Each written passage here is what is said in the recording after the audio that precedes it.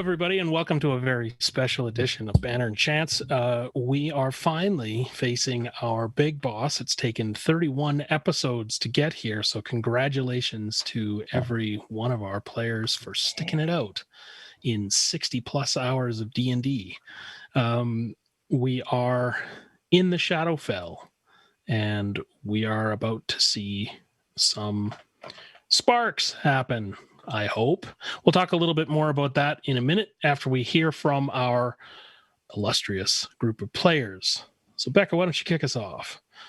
Okay. Hi, I'm Becca. I play Alphabee's B. Greyrook, who is a Shattered High Twilight Cleric. Hi, I'm Luna. I play Geen. She is a human Kensei monk. Hello, I am Shady, and I play Runt. She is a young human rogue. What's up, guys? I play Rook. I'm Noel, and he is a Ink Bard rogue.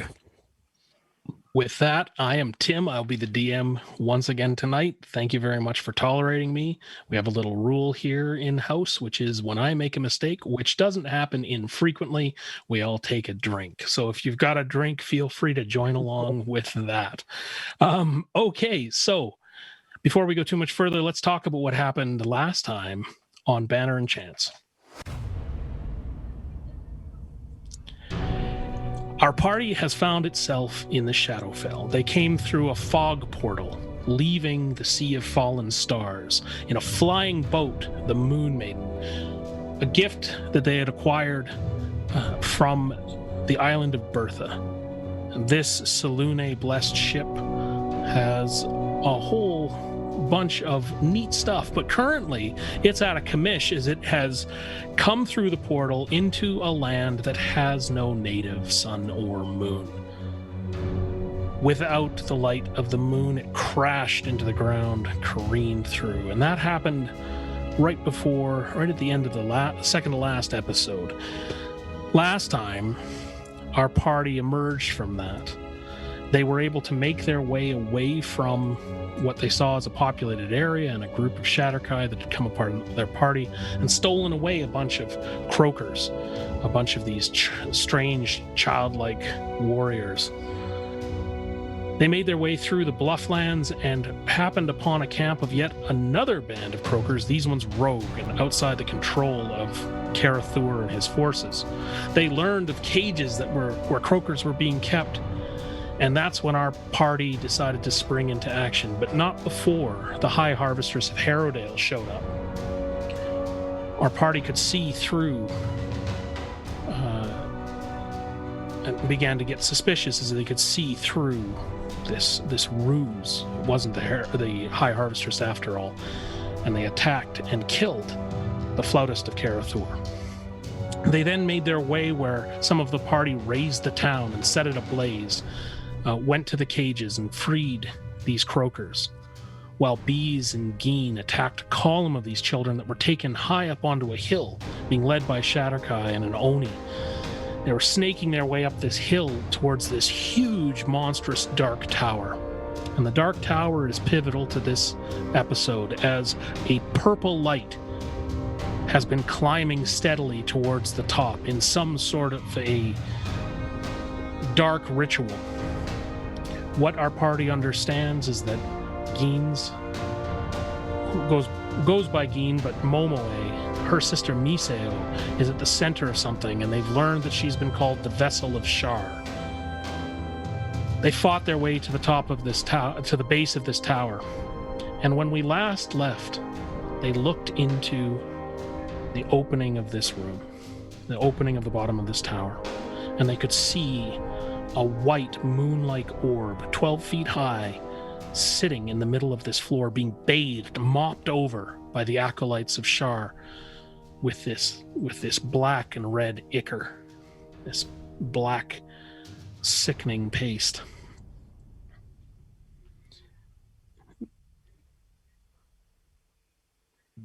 Enraged, Bees casts a moonbeam, taking out several of the people within the tower. And a few of the acolytes turn. One of them charges at her. Rogar steps in the way and strikes him down. And it's only then, as Geen is by his side, he drops to his knees. Both he and this acolyte die. It turns out that the acolyte is none other than Peter Mornhill, who they saw last months ago in good health and now is scarred with Luhix. Rogar turns to Geen and says, "I'm sorry," as his scales fall away from his body in a bronze shower, trickling out the seams of his armor. And then, as if his entire form turns to soot, he just begins to wisp away as his armor clashes to the ground and he turns to dust. Geen, you are standing above the armor of your friend. Bees, you are directly behind that pile of armor. Geen, what do you do? Standing in utter shock, looking at the armor. Another friend has left. You are standing with Bees looking at the armor. Runt, you are off to the side as your goblin forces are accosting this Oni that's outside. Rook, you are very near to Bees. Right. Runt, do you see Rogar going down? Nope. No. Okay. You are just off to the side of the tower. The three of you are gathered around Rogar's body. You hear the cackling inside. Rogar. R.I.P. Rogar. Yeah. And we're going to pick this up right now as we begin. This is the board. The board is set. This is the final battle. So let's begin episode 31. Dark Arts and Stout Hearts. The three of you are together. Runt is off to the side. Back to you, Geen.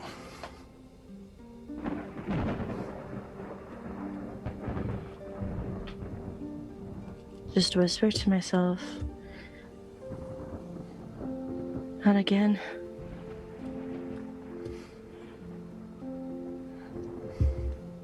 And then I look up and I remember Runt. And I look for her.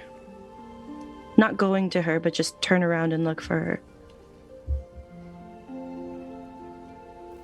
If when Geen looks up, if she sees Rook, he's going.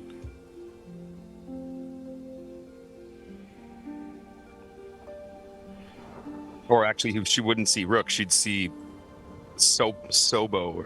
Well, because he still looks Sobo like the flautist, yeah. Yeah, he still looks like that. All right. Geen, you can see Runt's head among a few milling goblins, croakers, as they are attacking these. Yes, as they are now have the large male Oni, Marzu of the Black Vein, and a few Shatterkai. They're just pressing the attack, and this throng is just mosh pitting, around these Shatterkai. Many of them are falling, but they're getting lots of hits in because it's a numbers game at this point.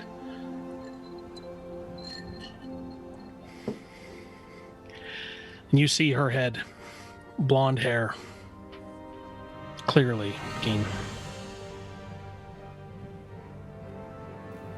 I just stare at her. Okay. Runt, go ahead and just quickly roll perception for me. Take a pass. Roll to see if you saw your friend die, Runt. Sure. I got a 13. It's good enough for me. I'm going to say that the hairs on the back of your head are standing up. You feel Geen's gaze on you. And as you find a moment to check in with that, as the bloodlust is kind of just waning for a bit, you realize that something is wrong.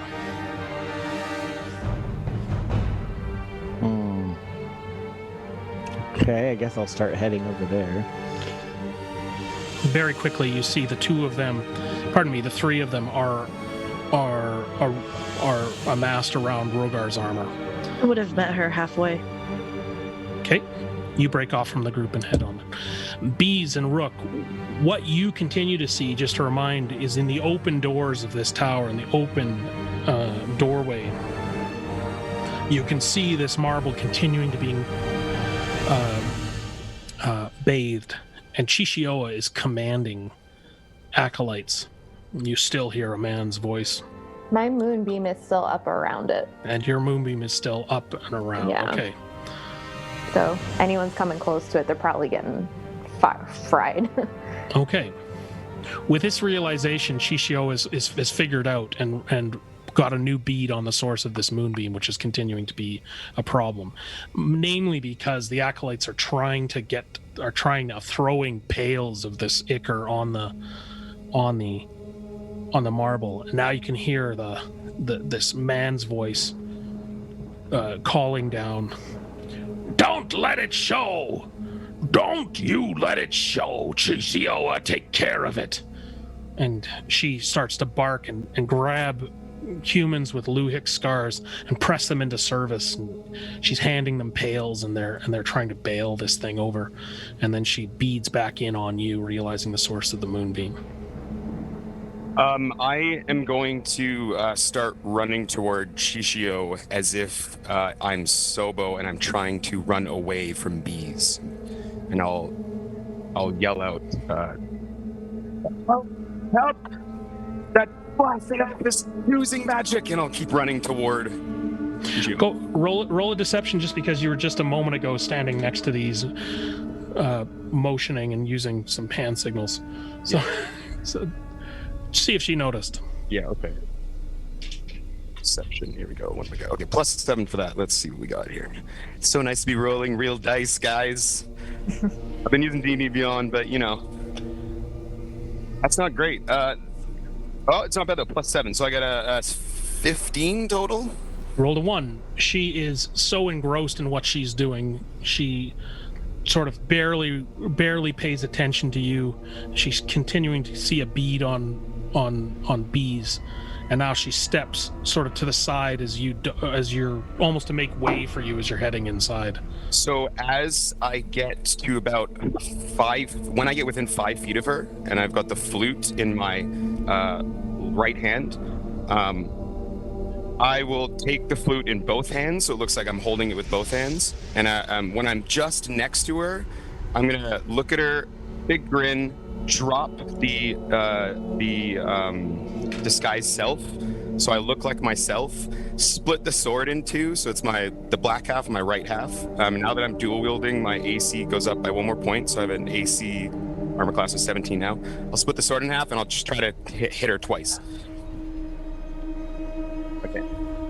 She seems to she's startled at the beginning, and then her face gets this kind of mischievous smile as if she can't help but appreciate the ruse and that it got past her. You will get 1 hit on her as a surprise attack. I don't know if we're still in initiative, but if we are, we can go back to that, and I can do that on my turn. I'm not sure exactly where we're at right now. So we've got initiative. You are first in the order. Okay, we can re-roll if you would all agree, or I can keep the same initiative from last game. Okay. Up to you guys. I don't care. Okay. I don't even remember last time. All right. Reroll. Just for everybody's awareness, it's Rook, Keen, Runt, Bees. Okay. No, let's keep that initiative. The cleric gets to go last. That is a very good idea. Rogar is out of initiative. Okay, R.I.P. so you step to the side of her. Flute turns into 2 swords. And I'll go for 2 attacks, action, and bonus action. Okay, your armor class is 14. 17. Oh, the armor class to hit is 14? Okay. Yep. Actually, you know what? I changed my mind. I'm only going to attack once because I'm going to use a spell here for something else. Let's see what I got here.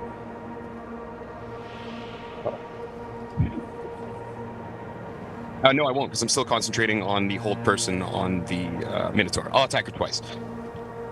All right, first attack with the black hand, with the black sort of mask. 19, so plus stuff. I'm sure it's going to hit on a 19 because you said 14. Yep. So that will be 1d8, which is 3, plus 5 is so 8 damage for the sword, and then my sneak attack. Sorry, it's been a while, guys. 2d6, right? 5 and 1. Oh, okay. So another 6 damage. So a total of 14 damage on the first hit. And I will also, since this is looking like it's going to be the live or die, I will hit it with an extra bit of a flurry, a blade flourish, which I'll do at the defensive flourish. So I get to expend 1 use bardic inspiration, and it deals an extra d6, which is a 6, thank goodness. And then I get to add that to my AC until the start of my next turn. So my AC is actually 23 right now. And I've done a total of 20 damage to her on the first hit. And here comes the second hit. Okay. And that is 16 plus stuff, so that'll hit as well. And 1 more d8. 7, not bad. 7 plus 5, so another 12 damage. And then do I have any more inspirations left? Do I have any bardics left? Just check here. I do. I will use. Screw it. I'll use. No, that's good. Just that is fine. So another 12 damage. So total for the whole turn, 32 damage, 2 hits, and that's the end of my turn. I'm done. Got it. Geen, we move to you as you're outside. You're meeting Runt in the middle, leaving the pile of armor behind you. As soon as I meet her, I'll get down to her level since she's a little bit shorter than me and just look at her eyes and say, I couldn't stop it. And turn around and look back at the armor. Runt, you can go ahead if you want to. What does it take his armor off?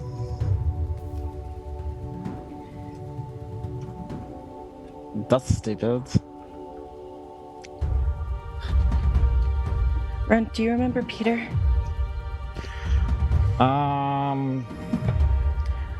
I guess. With the wagons? Yeah. Before I was kidnapped? Yeah. Do you remember the contract? Something about blood or something. Peter was the one who was attacking Bee, and Rogar stopped him. And because of that, Runt, Rogar's dead. I mean, okay, people die. That's fine. We got people to kill. Let's go. Cool. And then I'm gonna shoulder past her, boom, as I walk by. Geen, we're still on you. So what's your reaction to seeing Runt nonchalantly just walk past you? And you're ambling towards the armor, then Runt? No, she's looking for someone to kill. Okay. If there's a croaker, she'll kill them. She doesn't care. You see You see the Sibs. You see the Sibs engaging the Oni. Bees from a distance, you see Bees continuing to cast. Rook has engaged the Oni. You also see a large raccoon-like dog running past Rook. I remember that thing. Okay. I'm gonna go attack the Oni. Okay. So you're heading in at sprint? Mm-hmm. Okay, we'll get to you next. Geen, you can still have your the end of your turn here. Can I do an insight check on Runt? Mm-hmm. What would you like to insight? I just want to know if she really isn't effective at the fact that Rogar's dead. Okay. So is she brave facing it, you mean? Yeah.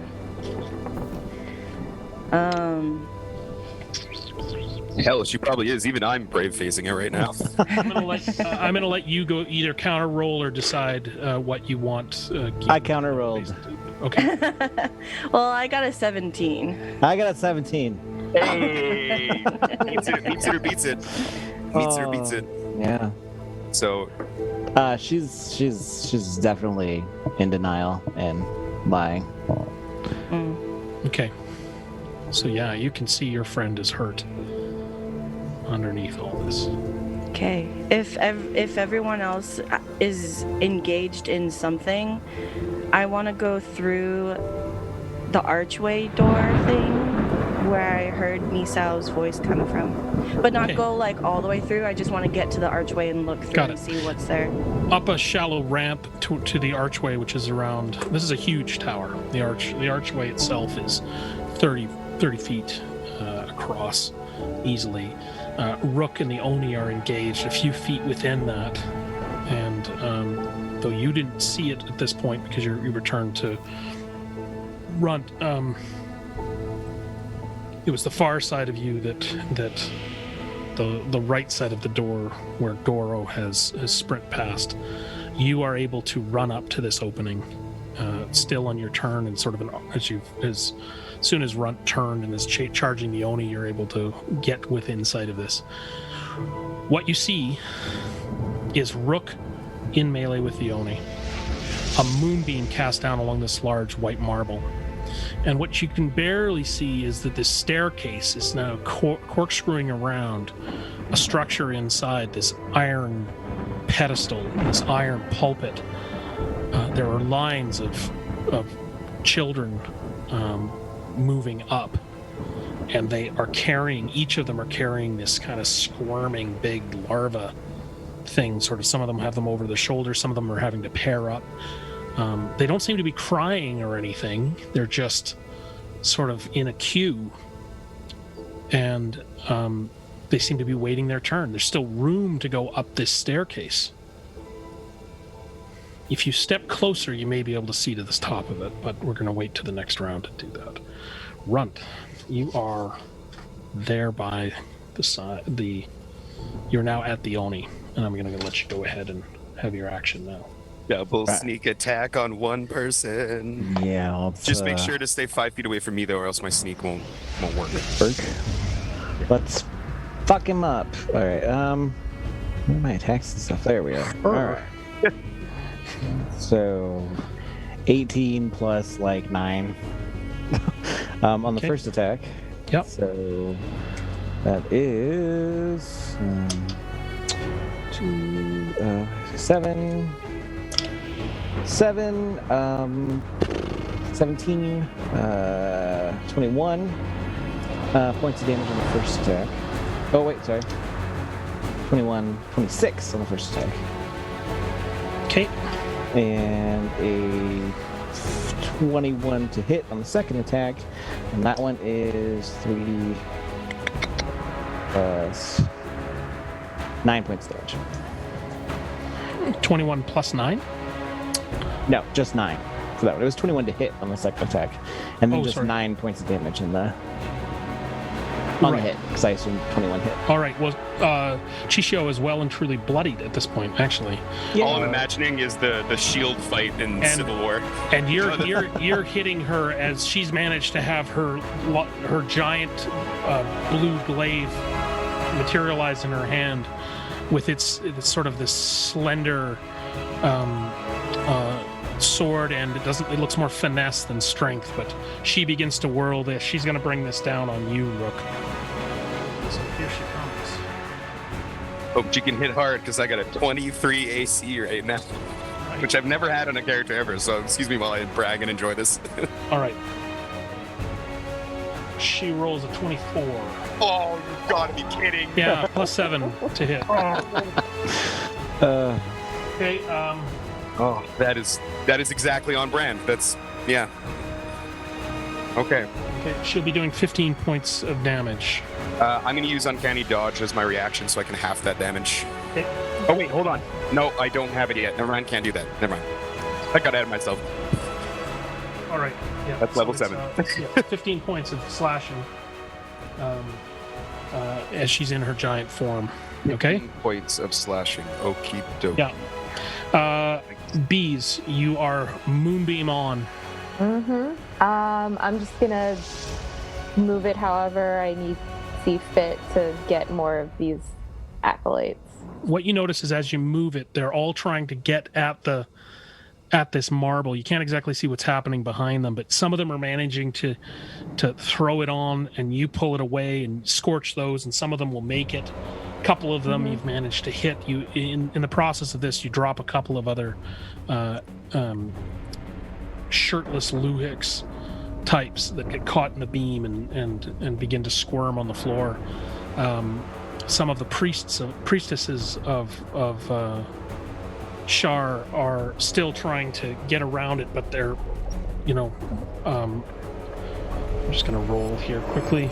Of the three, while you've got the moonbeam engaged, that try to cast a ichor onto this thing, only one of them is hitting, and you can see that this black ichor under your moonbeam is starting to kind of crack and curdle, and suddenly you see a perceptively which is another stroke of white as there's sort of a crack opens up in it. And then one of the priestesses is able to throw a bucket on it and shower it again with it. And you hear again that male voice, "Keep it covered!" up from the top. Blast. We recognize this male voice, Rook and I, right? You do, yeah, and Rook does. To the rest of you, it sounds human. Okay. Okay. Rook, you are top of the order. Sorry, before you do, wait, I don't see if anybody sees it. Geen, you are paying the most attention. You see a bushy tail heading up the open staircase. Just a flash of it, and head around as if it's heading on the inside track around some of these croakers that are carrying larvae. And it just disappears around the thing. Okay. Rook, it's you. So, how much do I know about these larvae the kids are carrying? Do I know exactly how they're going to be used?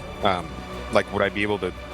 Would I just happen to know that, or can I make a roll? You know that soul larvae are prized. You know that they were something that was on the island of Bertha. Mm-hmm. You know that they are the key to many forms of dark magic. Would I know that?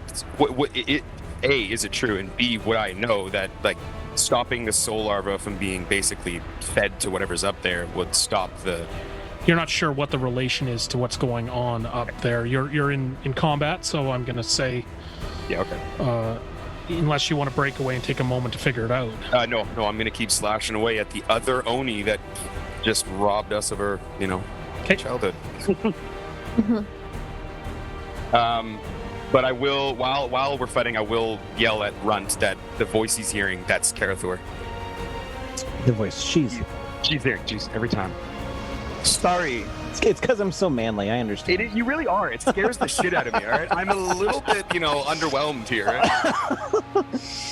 I don't know whether to... It's difficult, because you're also playing like a small child. So, like, Do I flirt? Do I not? How does it work? It's all sorts of weird. All right, go for my first attack. Here we go. Oh, by the way, can I rotate around so that Runt and I are on opposite sides of her, so I can maybe flank her? I don't know if you're doing that, or if we can get advantage by that way, or... You want to draw Chisho's attention so that her back is to Runt? Is that what you're asking? Yeah. At least it can give one of us advantage on the attack. Yep. Okay, so I'll do that. So... Not great, though. +6 to hit. Does a 14 hit? AC is 14. Oh, perfect. Good. Okay, cool. So here we go. And plus sneak attack. So that's going to be 8 damage. Nice. Plus the 5. So it's going to be 13 damage on the actual sword. And then with the sneak attack, it is another 3 and another 5. So 21 damage for the first attack. And I will use my Bardic Inspiration to add another D6 to that and use the defensive so I can bump my AC again. So again, it's another 6 damage. So 27 total damage. My AC is back up to 23. Let's see if it works this time. And then here comes my second attack. Not as good. That's a 13. I think that misses. Yeah, 13 misses. Okay, yep. Yeah. So total damage was 21 points. 27 points. 27 points. Yeah. All right. Chishioa is looking hurt. And Oh shoot! I have to make a concentration save for the hold person spell because I got damaged. And that's just the damage dealt to me, so it's got to be 15. So Constitution roll. Oh yeah, natural 20. I think I'm good. okay. She begins to. Yeah, Yeah. I was gonna say on a concentration check. I concentrate like thanks a lot there, Dice Gods. Sure. You can see that her form, both the two of you see that her form suddenly starts to become somewhat transparent, as if she's trying to go into a cloud form. Okay? She's not there yet. It's not her turn. Geen, you are at the door. You've just seen Goro's tail head up around the edge. You're standing at the precipice. At your flanks, it's clear. The croakers are keeping it clear. Bees is behind you at the body of Rogar. What would you like to do? Do I have a clear shot at Chishioa? Oh yeah, Okay. easily. You're basically standing to her right Cool. at this point. Because I'm pissed I didn't kill her at the Hag Island thing, so I'm taking 2 arrows in between 3 fingers and at the same time doing both my attacks at the same time Okay. and aiming right for her head. Style points. Something happens briefly as you're cocking back, and I'll tell you about that. But go ahead and make your roll. Okay.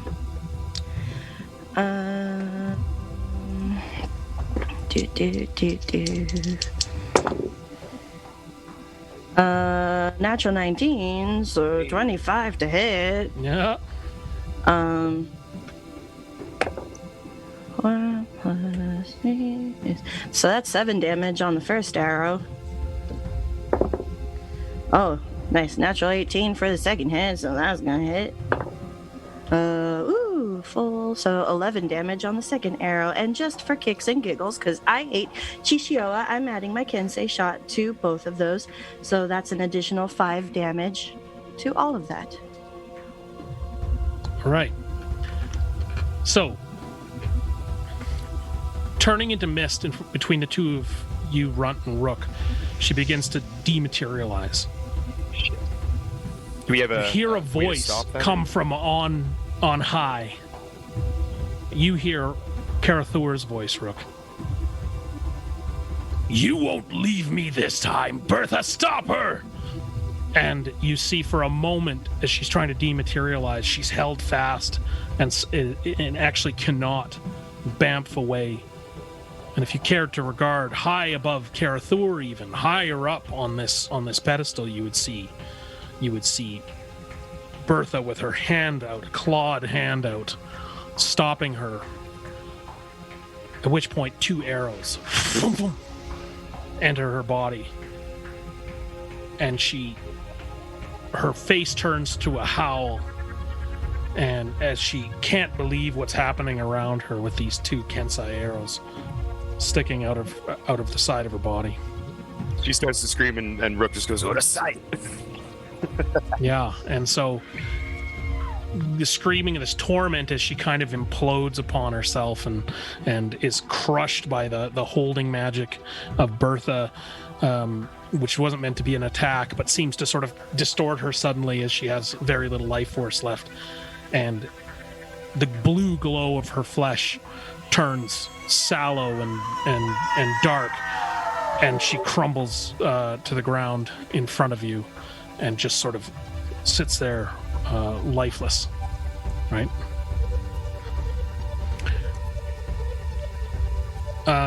Runt, it's your move, Geen, unless you want to do anything else. No, I'm gonna wait for everyone to finish whatever they're doing before we head in, because I'm not going in there by myself. All right. Plus, I want to see Chishioa die. As she's still twitching at the bottom, Runt, you hear a muttering up to your back is to the tower, but as you raise your gaze up to where these voices were, you can see 400 feet above you on this kind of barely visible as we're sitting on the top of this. You can see that Karathor has just given an order to the hag, who is another 50 feet above him on this kind of arm where there's an additional figure up there casting. You recognize that as Bertha, who you've seen lots. She removes her arm from holding Chishioa and now directs all of her energy back to what she seems to be doing, which is conjuring this massive portal at the top. She's incanting, yes. And where you saw her before, Runt, what you can see is that she looks absolutely haggard, and kind of haggard for a hag, but she's like skeletal, and looks really like she's been at this for days, basically. The other thing you see Karathor pick up a croaker and jam them into this large circular spinning object that you can just sort of see the end of it, and for a moment the child kind of spins around and then disappears inside, and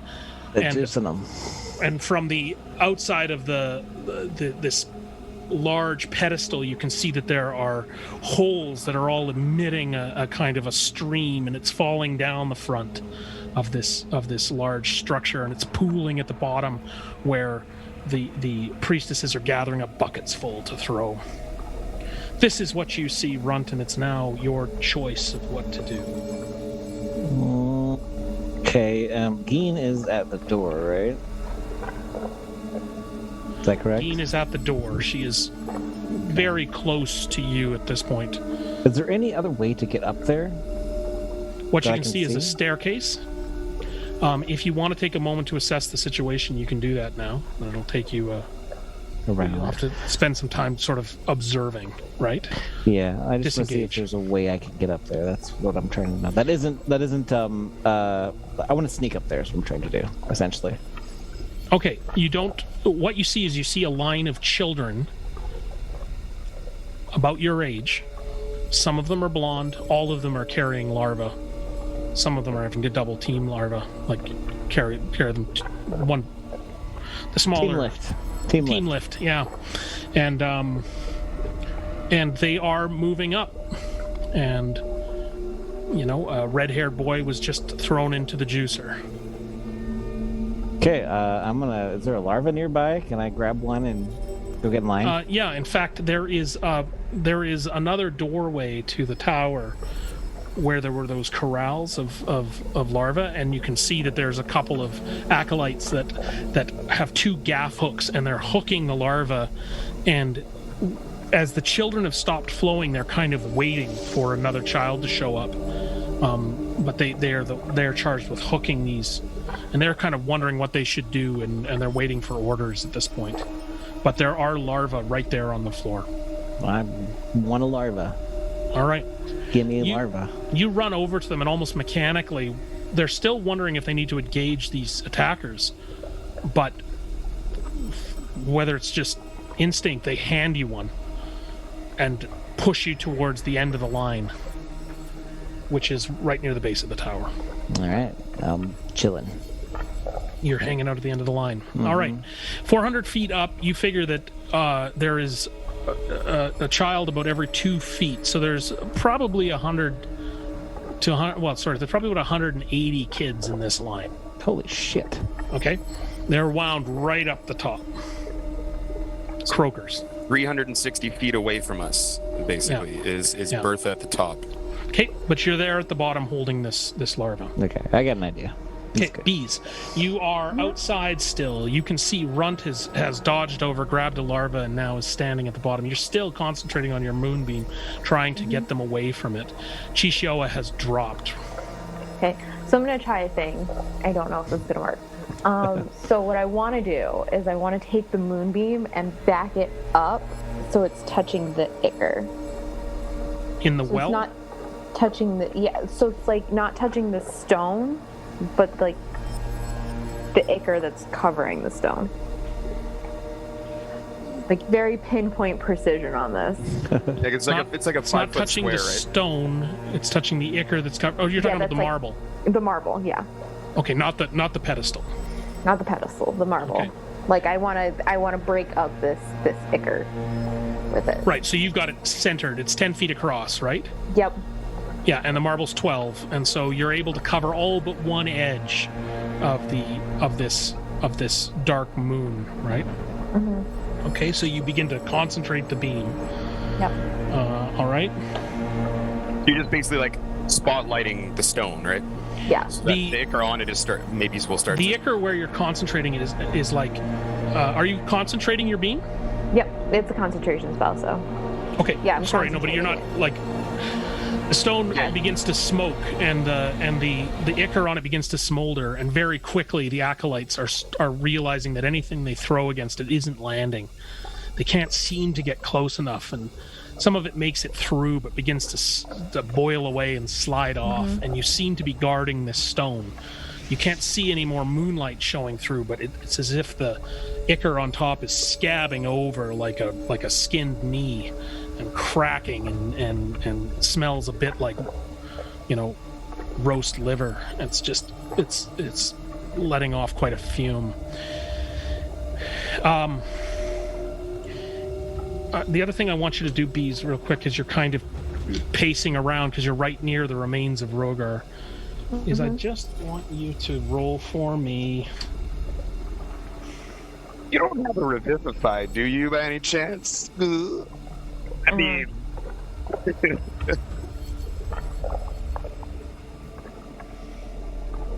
I do have a. Just give me a 20. I just want it on pure chance, if that's okay. Pure chance. I rolled a 3. Actually, pardon me. Can you roll for me? It's easier for me if you roll 2 10s. 2 10s? Yeah, for 100, please.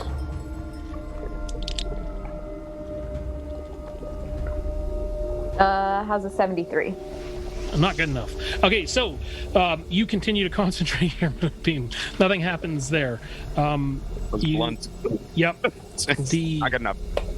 The moonbeam is continuing to cast, but you are near the remains of Rogar. Yes.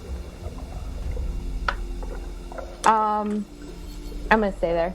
Okay, we're just gonna have we're gonna move back up to you, Rook, in a minute. What you all hear, though, is, blast it! We can't let it get exposed. Bertha, are you almost there? And the hag from the top calls down. I'm almost there, sonny boy. I've done my business here. Just keep the lava coming. And you can see she picks up this goblet that one of the Luhic's slaves has. He's holding it up to her lips, and she drinks from it, and it's like this pus yellow sludge that she's drinking back. And as soon as she does, she sort of stands up straighter and is able to send out another burst of energy. And above her, what you can see is suspended from 4 chains into the middle of the column, the tower, is a cage that is flat, laid out flat. It's probably 8 feet by 4 feet and 1 foot depth. And inside that cage is the figure of a near-naked female.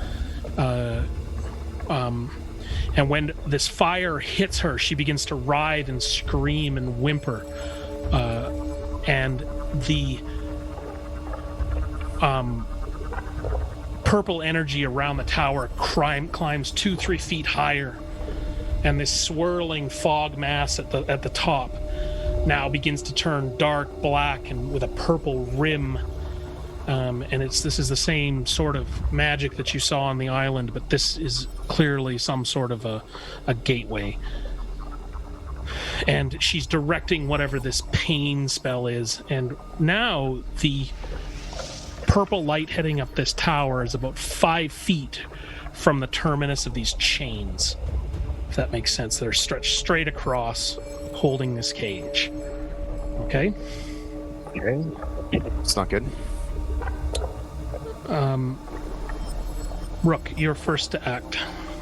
Okay, first thing first, if there's any part of Chichio left over, whether it's a finger or an eyeball or something, Rook takes it in Celestial. You hear him say, "Another trophy for the king."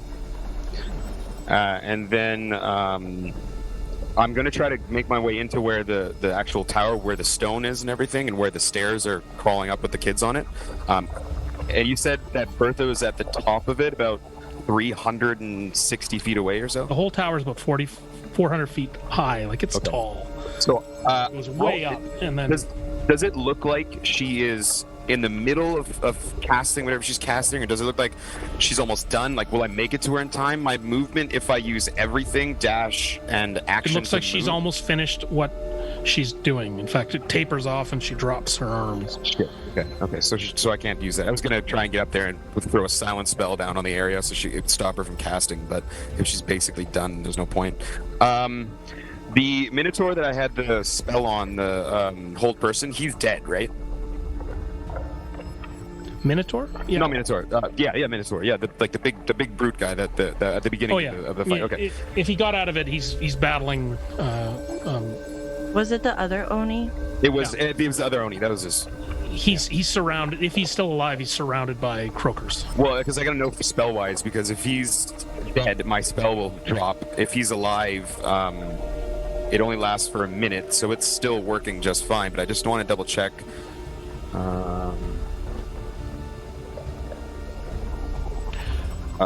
That he can maybe make a save at the end of his turn, because he can't move. So every attack from every single croaker would be a critical hit and an auto hit on him.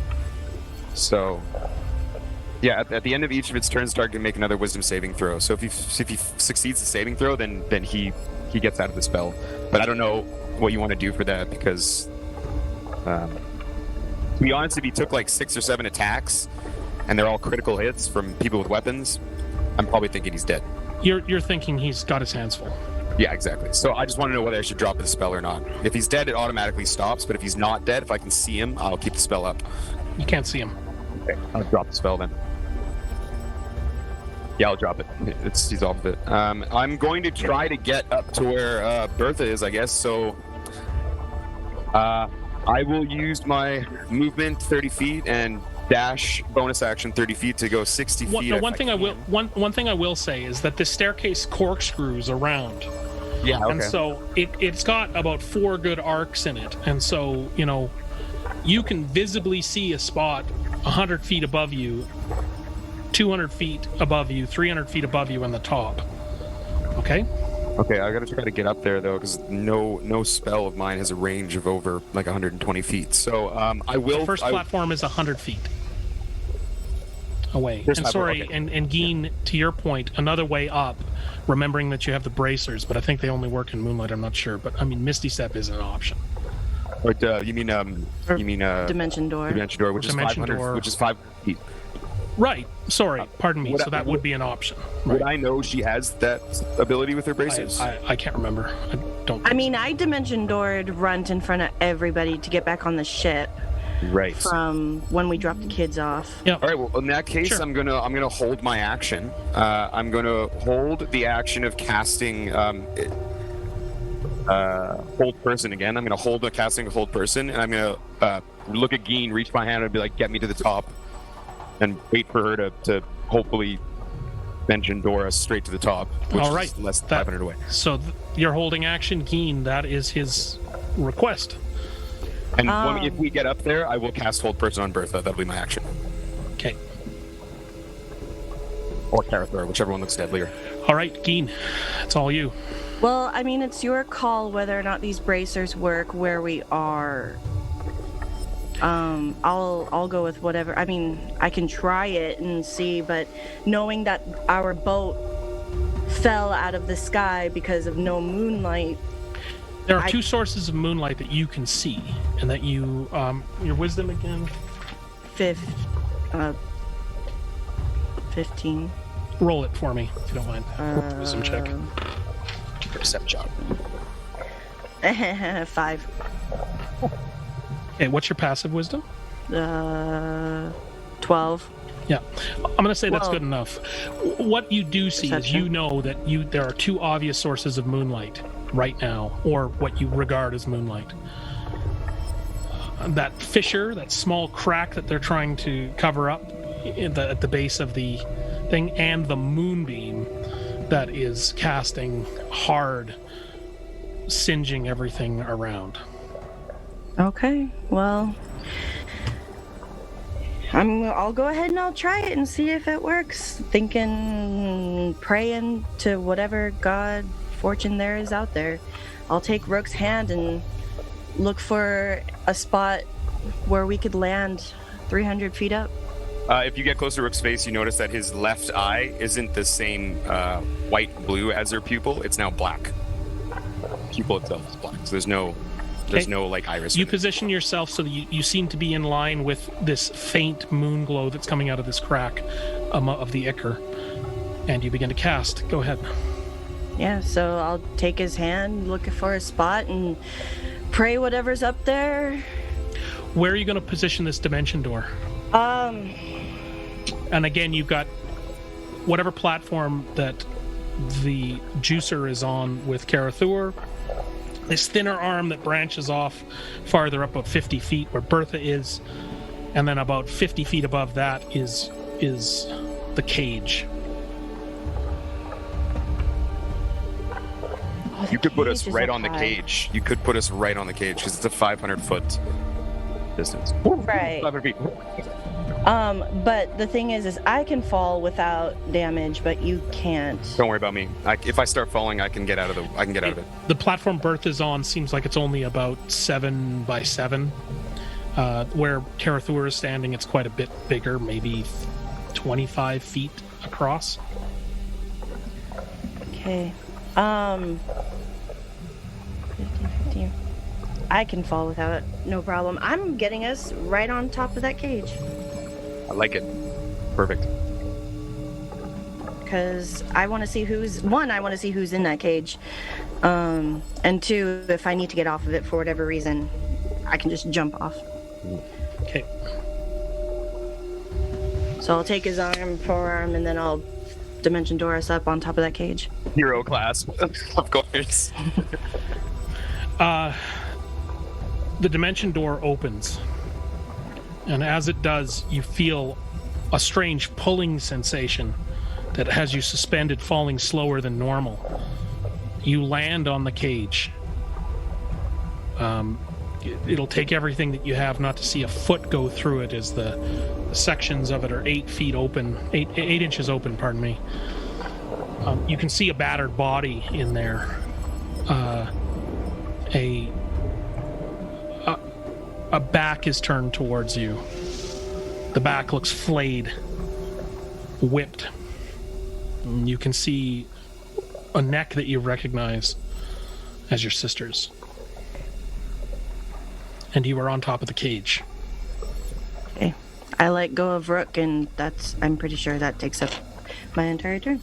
Is either Karathur or Bertha within 60 feet of us on that cage? Bertha is. So then my hold person would go off on Bertha. So I need she needs to do a Wisdom 15 save.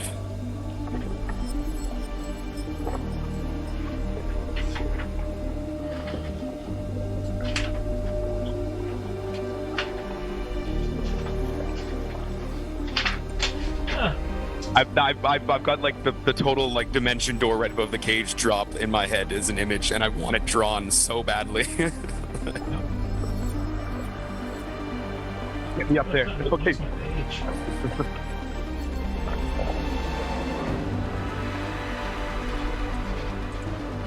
All right.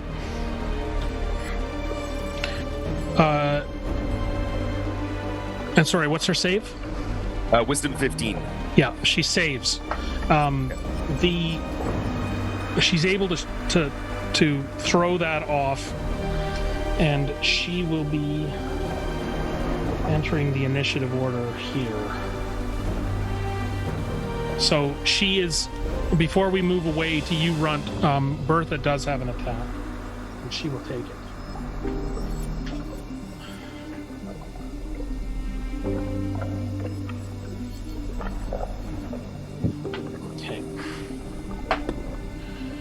She rolls 17. Sorry. No. Actually, I'm going to have her be startled, so take one.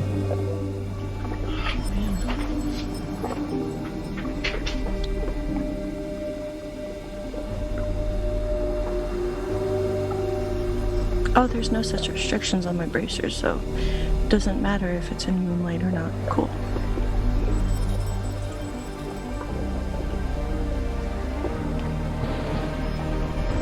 Those are sick. I want a pair of those bracers. That's a great spell to have. Dimension Door is fantastic. All right. She sheds your form, and you can see that she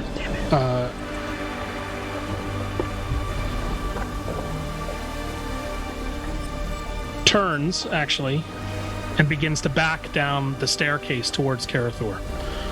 She's going to actually retreat and get next to Karathor.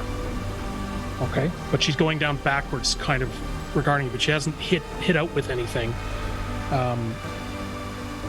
Really not having anything, range to throw at you. So she's backing up cautiously as she's stepping back down this kind of rough staircase. She will use her entire movement to do that. Runt, you are at the back of this line. Okay. Noticing that the line is gonna be taking too long, I'm just gonna slowly start cutting and then waiting a second and then cutting and then waiting a second and then cutting. What do you think you're doing? I'm ignoring it. I'm just keeping on going. You begin to motor up this thing. Yeah. Okay. Cause a riot. All right. Like a line at every bank. Just. How fast are you moving? As fast as I can without it looking like I'm trying. We'll call that normal speed. Yeah. Yeah. So what's the distance roughly? I can go, I think, 40 feet. Okay, it'll take you at this speed, it's going to take you 8 to 10 rounds to get. You can also use your bonus action to dash, though, so you can actually go 80 feet per round. And you've got second story work. Yeah. Oh, I was trying to be sneaky, though. Okay. It's all right. So you continue to work your way up. Yeah. You're feeling relatively safe. You get a few sidelong glances, but that's about it. You don't encounter anybody on the inside track of this thing, and you continue to move up. Okay. Bees. You see Runt begin to move up the ladder. Yeah, I'm gonna trust that Runt is doing the right thing. You see none of your companions, by the way, now in front of you. It is just you and the marble and Rogar. She would have heard Rook say, "Get me up there," and yep. You know Yes, what happened, but there's nobody in sight. I know, but I don't want to leave Rogar, but I'm gonna do it because so I'm gonna move closer so I can see what's going on inside. But I'm just trying to keep them from completing this thing with this stone. Okay. And just focusing on that moonbeam. But I'll move into the doorway. You move into the doorway, and when you where are you going to be looking? Just focusing on the marble. The marble? Mm-hmm. All right. As you do, as you're focusing on your moonbeam in the marble, you see a figure high above on this. It's a familiar balding head, some greasy black hair swept down one side, regal robes, but just saturated with sweat and caked with some sort of a yellowish cake batter. And you see a goblet being lifted up to his face as he's drinking from something. It's got a bowl, and shoving it back into the hands of a servant. And he wipes his hands, and then his dark eyes look down and see you. Pure anger. And that's what. And he looks at you, and he says, "Good to have you back, all the bees. So glad you came to join us." He grabs one more croaker, pushes him down into this circular object, and like a garburator, it goes down, and another jet of black comes out the side. This spray of black barely misses you, Runt, as you're now at the front side of the thing, and it kind of burps out and oozes onto some of the staircase and falls down. He wipes his face. He looks up at Bertha. He points at her, and he points at you. And Bertha sees you, and she disappears. Okay? Yeah, I was hoping to get her. You are glaring at him. Yep. Is that your action? Other than keeping the moonbeam on? All right. Oh, yeah. You could probably hit another spell or something if you don't have a concentration one. Maybe. No, I'm just angry. Oh, okay. Pure white hatred, like Yep. the size of a full moon. Geen and Rook, where are your eyes right now? What are you looking at? I was looking at Bertha because Yeah, I was same. gonna try and shoot her, but Bertha was backing down. You could see over her shoulder Karathur is there. She evaporates. Karathur is pointing. And then from behind, a bushy-tailed figure transforms into a man. Was that a good woohoo or a bad woohoo? That was, well, we're about to see. All right. get him, Goro-san. Anxious. This sort of panda-like format transforms into a half man, half red panda, raccoon dog, pardon me, but that kind of look. Hoists this large quarterstaff over his head, and brings it down with as much force as he can manage on an unsuspecting, the shoulders of this unsuspecting man. And he crit, by the way, so Yeah. some sort of unnatural energy also is flowing through this, and you can see that Karathur goes oh like this, and he sort of splays for a moment, and moves very close. He's leaning now over this grinder, trying not to go in, and then he sort of slips off to the side and falls to his back, looking up at Goro, his shoulders off the edge of the platform, and he's kind of slipping on this surface as Goro kind of rounds around, and you can hear him under his breath speaking. And Karathur looks up to it and says, to Goro and says, "Long time, Goro." And you hear that name clearly come out of Karathur's lips. But now Geen, you see your mentor standing over him, readying for his next attack. It isn't Karathur's action yet, so Rook, it's on you. Did I see where Bertha disappeared to, or did she just kind of disappear out of existence? She was just like popped away. Like, did she teleport? Is what I mean, or was she just like gone? If you're gonna take the time to look at her as part of your action. No, I'm good. Is there a way that I could maybe open the door to this cage? Can I lockpick it with something to grab who I'm assuming is Momoe? Misao. Misao? That's it. Thank you. I'm Momoe. You You can guys look see the same. It's not my fault, all right? you can see that there are 4 pins that are heading up to 4 simple locks. Not even locks, they're cotter pins. Okay. The cotter pins are holding a chain end onto an inverted peg. So the cotter pin is on the top Okay. with a crossbar that's holding the chain on. The chain is connected to the pin through the chain cotter pin cage. Okay? So I would know if I open the door it would fall, or could I open the door and get to her with a successful lockpick, maybe? You don't need a lockpick. You know that if you pull all 4 of these pins at once, the cage will plummet. Gotcha. It'll be open because it's Right. it's Yeah. cotter pin chain invert pin, door, cage, all sandwiched together, and then suspended, right?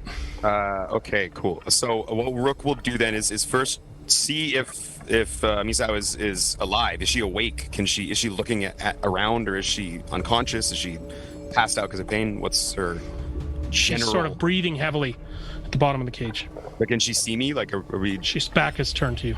Okay. So I'm just gonna yell, "Oh wait, love, turn around." See if she hears me at all. This crying, sort of whimpering voice turns around, and she's thin, so she's able to kind of shoulder her way around and like uncomfortably roll to her back. And now she's looking up at her sister and you standing above her. Oh, hi, Oni-chan. Keen, this is the first time you've seen your sister looking at you. What you notice is that although she's covered, the top of scars are at the top barely visible. Motherfucker. Above, coursing down into her, under her clothing. And she... Oh, sorry. She's sort of just dream-like looking at you. Can I tell if I told her to do something, she would do it? Or I guess we'll find out. Whatever. So Rook's gonna take out the rope that he has on the side of his belt, the 50 foot he's got on him, and he's going to lower one end of the rope into the cage, and tie the other end to his waist. And then he will yell out to Misao to wrap the rope around your arm, like wrap and hold on. She's sort of looking at you, looking at the cage. She kind of lazily grabs at the rope, but doesn't really sort of pay attention, and she's got this funny bewilderment on her face. She's not sure what really to do. She's in a haze. How far away is Karathor from me right now? 80 feet. Okay. Actually, no, that'll work. That's fine. Okay, I'm going to turn to Geen. I'm going to tell Geen, can you get her if I pull this? So I'm basically saying, like, if we pull this cage apart, can you grab her so that you can help with the slow fall thing, the jig, you know? So in order to open the entire cage, you need to pull all four. But I'm wondering, if you pull two, can we swing? True. Towards there. We do that. So okay. If you pull two on the same side, it will kind of open up these iron pieces. They'll open and they'll swing kind of open like a package of chips or something. Okay, so potentially they could fall apart, like sort of open as they're falling. If you open two on two opposing corners, it would just be really unstable and want to spin. If you open one, a corner might be able to be pried open. You can reach easily through to her, mind. Okay, so when these large pins are pulled, they'll take a considerable amount of strength, but it'll swing. It will swing. So can I then move to open one of the cage pins? On what corner? Two of them are... We're going to say that two of them are in the direction of Bertha's tower. The direction toward Karathor. Yeah, two of them are away. Okay, the two that would swing the cage away from Karathor. Okay, so you're going to pull the two... Okay. So, like, if the cage is here and, like, he's over here, the two that would swing the cage that way. And that'll leave you suspended about 400 feet over the ground. Yes. Yeah, okay. So I'm going to pull those two if I can. Strength check. Pull them at the same time? 4 feet away? Yoink. Double-hander? Yeah, if I can, yeah. Okay. If not, I don't know. I'll if I can't do it, I'll ask for Geen's help after it, but let's give it a try. I mean, simultaneously while he was doing that, I was going to see if I could try to, like, hold on to whatever side I would need to, and also try to have a hand on her arm so she doesn't just, like, drop. So you're going to try to seatbelt her, right? Yeah. Smart. Got and it. then we've got that rope still kind of hanging as well at her, and it's attached to me too, so we might be able to do something. Okay. All right. So it's hanging loose. It's attached to you, hanging loosely through the cage. Yeah. Okay. I will. I'll go for the athletics then, I guess. Right? Athletics check. Go ahead. How much of your strength are you willing to devote to this? 100%? Go on. Well, I mean, athletics is +2, so it's not great. I just want to visualize this. You're yanking both of them at the same time, trying to yank them free. If I can lower the DC, I will use one of my Tsukigagi blades to try and pop up the pin. You shouldn't need to. They got great big handles. Okay, cool. These pins. I'll do it. All right, here we go. Yeah, hold on. Natural 20. All right, well. Just to see it. There it is right there with the Kraken. I got the Kraken. The 2 pins slip easily into your hand, and for a moment as you feel the floor of the cage drop out from under you, it's very clear what's about to happen. Miseo and her sister begin to swing backwards. You're left with no foothold on the cage, no handhold on the cage. Yep. And as the chains that were attached to this begin to swing away from you and the cage begins to swing behind you, you're essentially suspended midair, 400 feet above the ground, and you begin to fall. I will use my bonus action, which is the Blessing of the Raven Queen, to teleport 30 feet to the side so I can get to a platform of any kind. You are able to reach the platform where Bertha was standing. And so you begin to fall. It's taking you very close to the pad. You're about 10 feet away from it. Boom, boom, and you dimension door, or you transport, whatever. You step over. If Bees is watching this happen from 400 feet below, the Blessing of our Raven Queen almost looks like a white kind of light that makes us hazy, and then we reappear. It doesn't look white anymore. It's pitch black. It looks like he disappears into a black hole and then reappears. Not watching you. Yeah. Okay. And so good. You appear. You Even are 30 feet above Karathur and Goro on a craggy staircase. Perfect. Geen, we move it. to you. You are now holding on to your sister. The edges, the single ply and the box of the cage are dangling behind you, and you can see that they're kind of clapping open. You also notice that you are dangerously close to this purple energy now as you're hanging. The other edge of the cage is basically 6 inches away from the edge of the wall of this tower, and it kind of clattered against it for a minute, and now even as it's clattering, it kind of hit the black steel and came away, and now the purple is creeping up. This close, you can see it's just rising like this. And now your sister's form is silhouetted against this purple energy heading up. And tendrils of it are starting to kind of reach out for the cage. Right? And you're holding her against your side away from the metal on the other. Well, my hope is to pull her in a good enough embrace where I have an arm around her waist, and I want her back on me. And if there's that wall against us, I wonder if I could try pushing against that, swinging towards whatever platform I think is closest to us, be it Bertha's or Karathor's, and in that, I don't know what you want to call it, apex of swing, let go, and I'm going to try to land on my back with her on top of me. That's the Mission Impossible scene from Dubai. So you have the top of the cage between the two of you, and it's still attached to 2 pins. And so if you swing away, you would only make it at best to the middle of the tower, and then swing back against. But you are reaching through this grill that's suspended by these 2 chains, and so there's no way to arc away with these heavy metal chains. Does that make sense?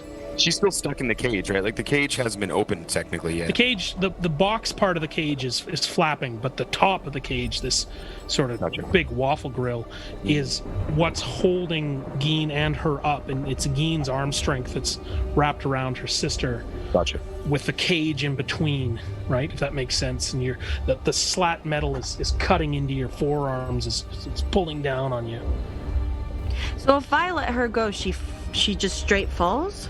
She would fall and hit the bottom of the box, if you can imagine. It's like a shoebox. It's not the side you're holding on to, but there's about a foot where she could stand. Right? Yeah, it's like a square cage like that, and there's pins on the top on one side, and it's kind of swinging. And inside the cage, you're holding through the bars onto her. So if you can imagine, there's like a lid here. You're on the lid with her. And I won't spend too much time on this, but she's on the inside. If she falls, she can stand there if she chooses to. Although it could be treacherous, right? Because she could fall open and go, right? So the opening is at the bottom. The opening is at the bottom, where the pins were released. Rook, since you left, you took that rope with you, didn't you? Yep. Had to get off there. I was going to die. But I can throw it to you if you wait, I guess. I mean, I'm only 30 feet to the right or left of you.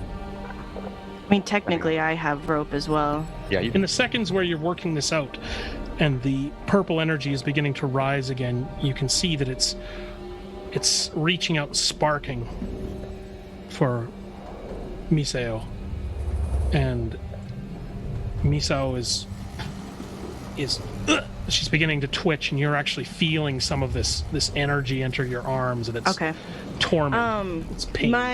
If I see that happening, my first instinct is to get in between me, or get in between her and that thing. So I will maneuver her, I will tell her, I will say, One-san, like, get in a certain position where you are furthest away from it, and I'm going to put my body in between her and that thing. If I need to get in the cage to do that, you will need to I don't care. Yeah, you'll need to get in the cage to do that, or climb over the top. Then I'm getting in there with the first action, though, is to drop her. So then I would tell her, I'm going to drop you. It's okay. I'm coming in there. She kind of scared, half smiles, half recognizes you, doesn't respond. And as you let her go to maneuver yourself, she sort of rough falls to the bottom of this cage.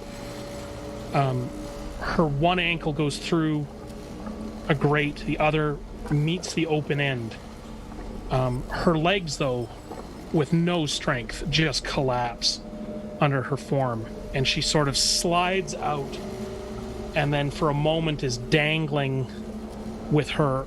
She's dangling free of the cage with her shin through the tail end of this box, and she's dangling like this. That's actually not bad. She's out of the cage, so we can get to her. If I climb downwards? And you begin to climb downwards.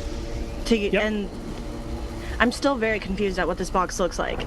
So I'm climbing down my plan is just to get myself between her and the black swirl. That's all I care about. Between her and the black swirl, which is above you, right? And the purple energy on the side of the wall. She's only inches now away from not even.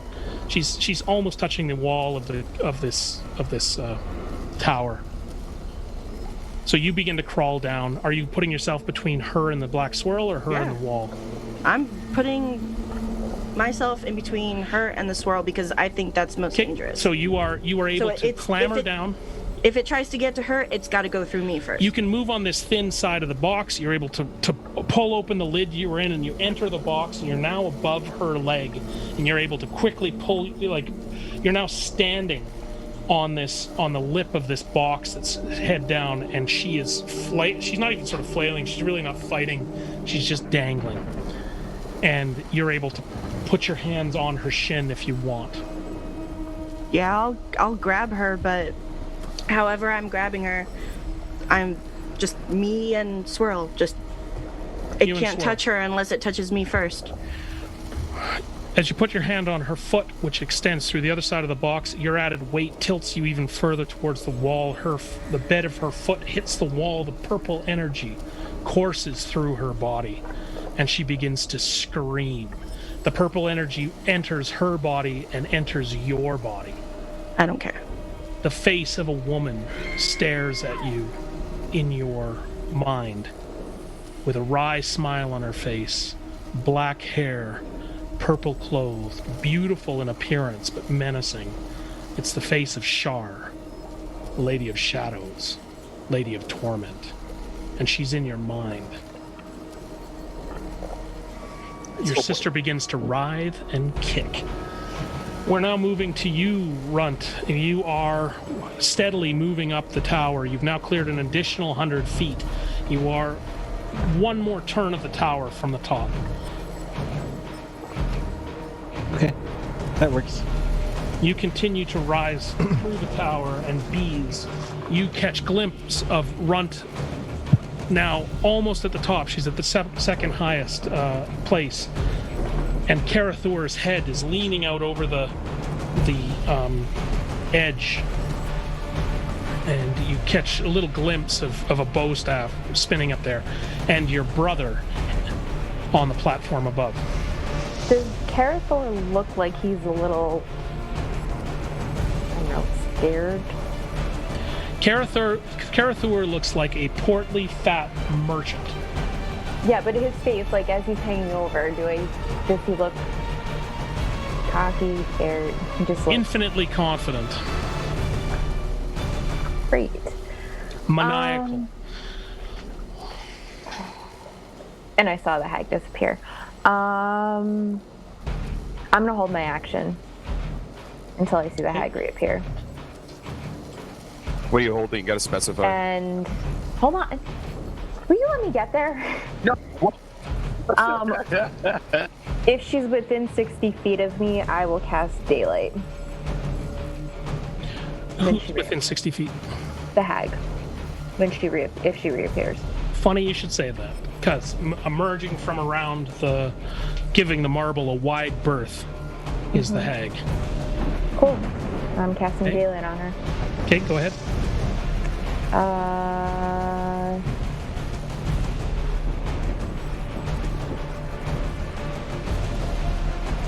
That... I mean, she won't take any damage. It's just a 60-foot radius sphere. Oh, I'm sorry, not Daylight. Hello, I'm an idiot. Word of Radiance is getting... So she needs to make a con save. I was looking at the wrong thing, I'm sorry. Con save? Mm-hmm. Of? 15. 15, she makes it 17. Okay, so she won't get anything. Just double checking it's not 12.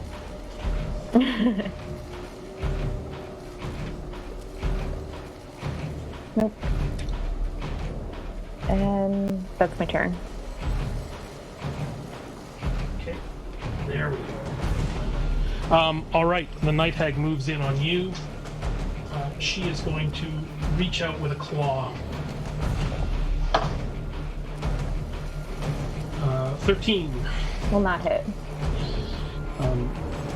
She begins to circle. Karathur rights himself at the top of the tower, facing up against Goro. He looks at Goro. He looks up at you, Rook, and says, "This is getting interesting."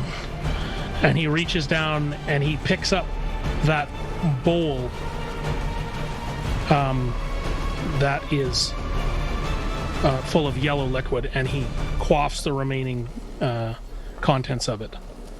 He turns and he leaps from the top of the tower. Flailing, kicking, he falls. Slow motion, 400 feet. Runt, you're right in a position to see him past you. Bees, you are feet away from where he lands. It's almost between you and the hag. And this fat human merchant hits the ground and just sort of dead lands with a sickening thud at the feet of the night hag. Now I'm really angry.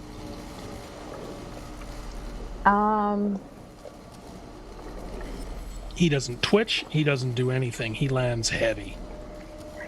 Of course he does. I mean, I already used my action, so I can't really do much. I'm just gonna keep glaring.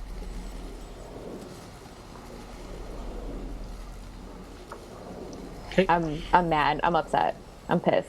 I want him Alright. dead. I want him Yep. dead. So he's laying there at your feet. The hag is across from him. Okay, Rook, we are at you. You just watched Karathur throw himself from the top of the tower. Okay.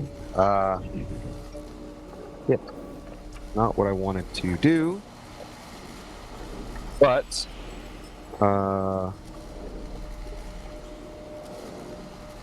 so seeing my sister at the bottom with Karathor right there and Nanny Bertha, I don't like that.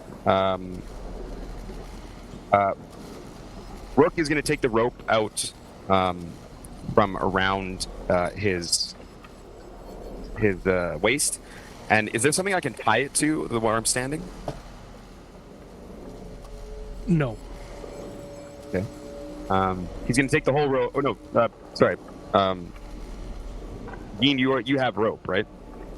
Mm-hmm. Okay, never mind. He doesn't need it. He'll untie the rope from his waist, loop it back into his little side loop he's got there, and he jumps off of the shelf and starts falling 400 straight toward where Nanny Bertha is. He's going to try and get as close to Nanny Bertha as possible. Okay, well, you leap out to try to follow the same basic trajectory as Karathur. As you pass, Gora was looking down, kind of wondering what just happened. I just went completely foggy, and that was weird. and so you past him. Runt once again. You see the form of another body falling past you, right? Got the Aquaman yell from Justice League. Yeah.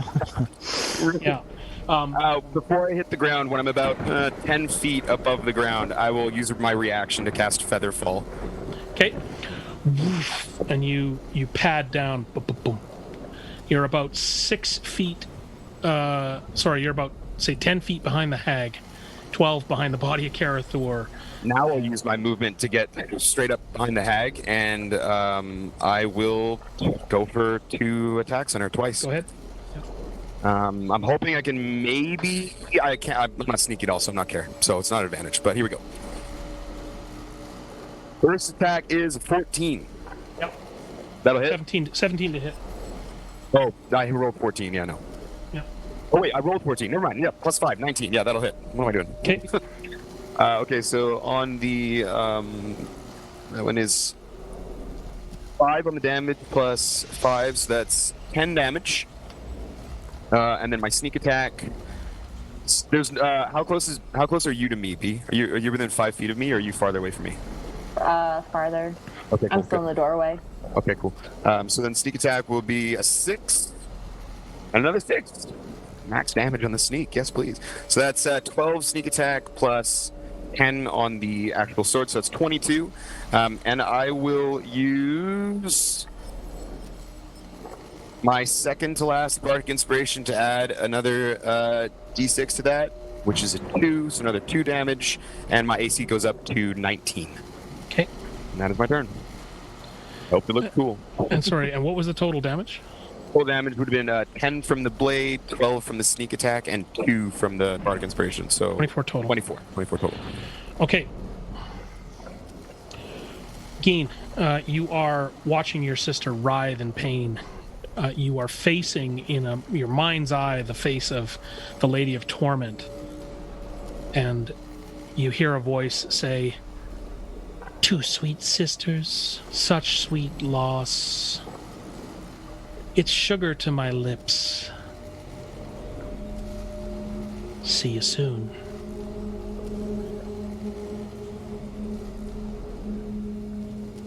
She's still there? She's just in your mind. This is the voice in your mind. Okay. As the cage swings away from the wall, your sister continues to writhe in pain. Well, if she says that, in my mind, I don't know if I see her or not, but thinking she's still in my mind, I yell at her, "You want a vessel? Take me instead. Leave her alone."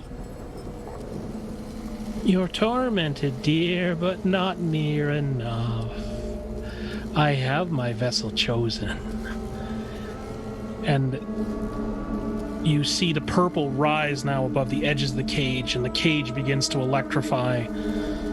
And that swirling mass becomes glass-like and still. It's still sparkling with energy, but it essentially becomes the surface of a glass pond now slowing. And you get the imminent sense that whatever doorway that is coming into very clear focus.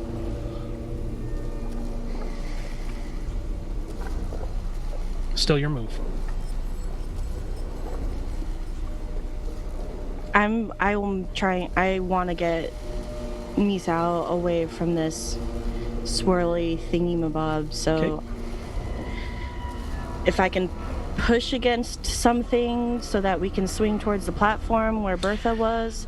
There's no way to, there won't be a way to swing her, but you can free her from her cage. You can, or like free her foot. You can. Your options are, you're hanging on the opposite side of the tower from the platform. You have the width of the tower now between you and Bertha's platform, almost. And you have, give or take, 400 feet beneath you. Say 380. I thought they went the other way. We swang away from Karathor toward Bertha's platform. Otherwise, I wouldn't. Oh, be no, able pardon to me. They're the same. They're on the same side of the tower. Okay, gotcha. So how far is the jump from where we are to Bertha's platform? At this point, about 60 feet. And 60 feet almost straight across. With no altitude loss. Oh, it's 60 feet and another drop of 50 to get down to Karathor's platform, where Goro is standing. And from Goro, if he gets up to Bertha's platform, how far is that? Like, if he walked up the stairs or ran up the stairs? Where it was hanging from was 30 feet. It swung to the other side of the thing now, so we'll call it 40, 50 feet. Okay. Probably longer than that, but anyway, it's a sizable jump. I'm gonna pull her to me and tell her, trust me and hold on. And Okay. to the best of my ability, I want to try to jump off this thing onto Bertha's platform, and I want to be the one to take the damage. I want her to land on me. So Bertha's platform is almost eye-line to you at this point, right? So 50 feet below that, give 12 or so feet off the side, because it's quite a sheer staircase, is Karathor's platform and Goro. Okay, fine, we'll go to Goro. You can now picture what you're standing on the base of this cage. Your sister is dangling beneath you. The only thing you can purchase on is the flesh around her calf and behind her knee. You'll have to pull up on that and slip her out of this tanglement that she's in. I'll do whatever it takes. I'm just going to do whatever it takes. You'll have an athletics check to be able to, or strength check, pardon me, to be able to pull this up and hold on to her and prevent her from slipping through your grasp. Okay? You got this. Come on. It's not great, it's 4. You pull up on her foot and it inches forward. The good news is that the link is broken with the wall, and she stops squirming for a minute and she goes limp like a fish. That dead weight doesn't help, though, as her calf slips between your hands and she begins to fall. Your hands are still able to grab her ankle if you choose to, but her weight is now heading down. I want to leave, put her, get her, just do something where she stays in the cage, and whoever falls, I want to be the one to fall.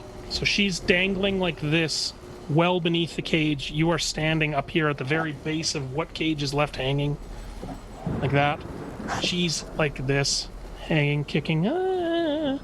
You've pulled up on her foot, and she's beginning to slip through like this.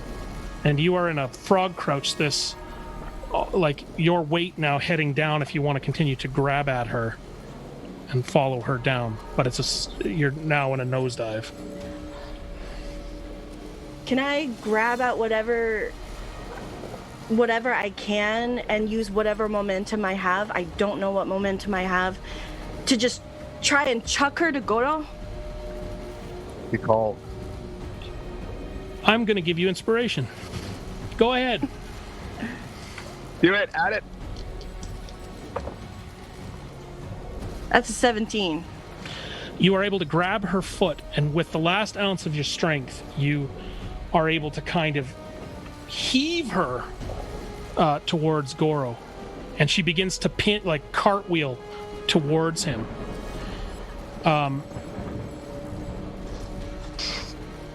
It's a ways, though, and it's clear as soon as you sort of see this triumphant moment, she's spinning towards him. She's not going to make the lip. I'm gonna trust that Goro knows what I'm doing and he Great. can do whatever he can. That sounds good. And You if it see takes me Goro. falling, I fall. You see Goro leap from the edge of the tower and embrace Miseo. But in doing this, with all of your strength going into this, you have tumbled out of the cage, and you are now free falling towards the ground.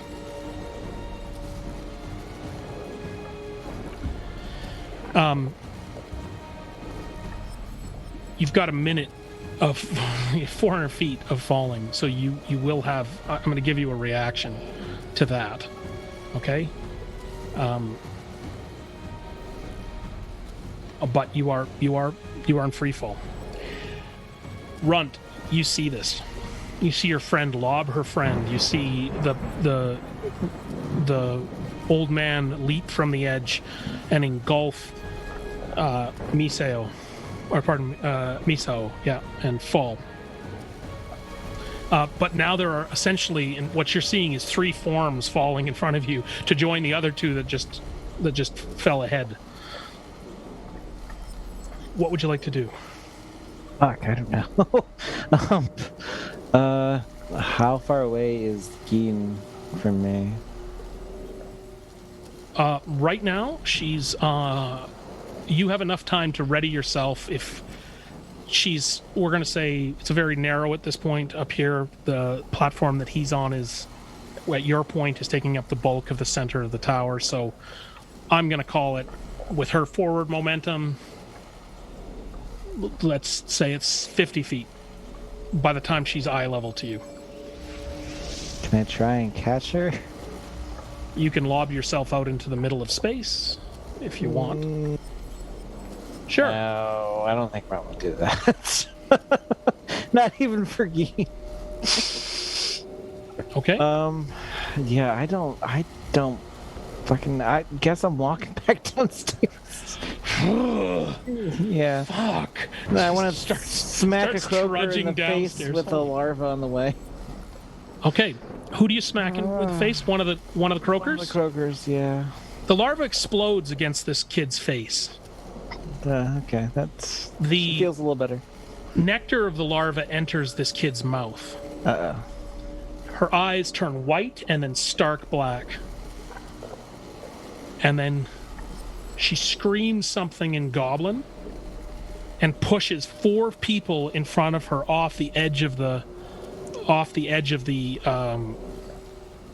tower, the edge of the walkway, and begins to race ahead of you down, like shoving people off in this kind of frenzied run, and just veins popping from her neck, and she's kind of hammering at people, and she's just in this like feral run down the thing, knocking people helter skelter off the edge of the tower.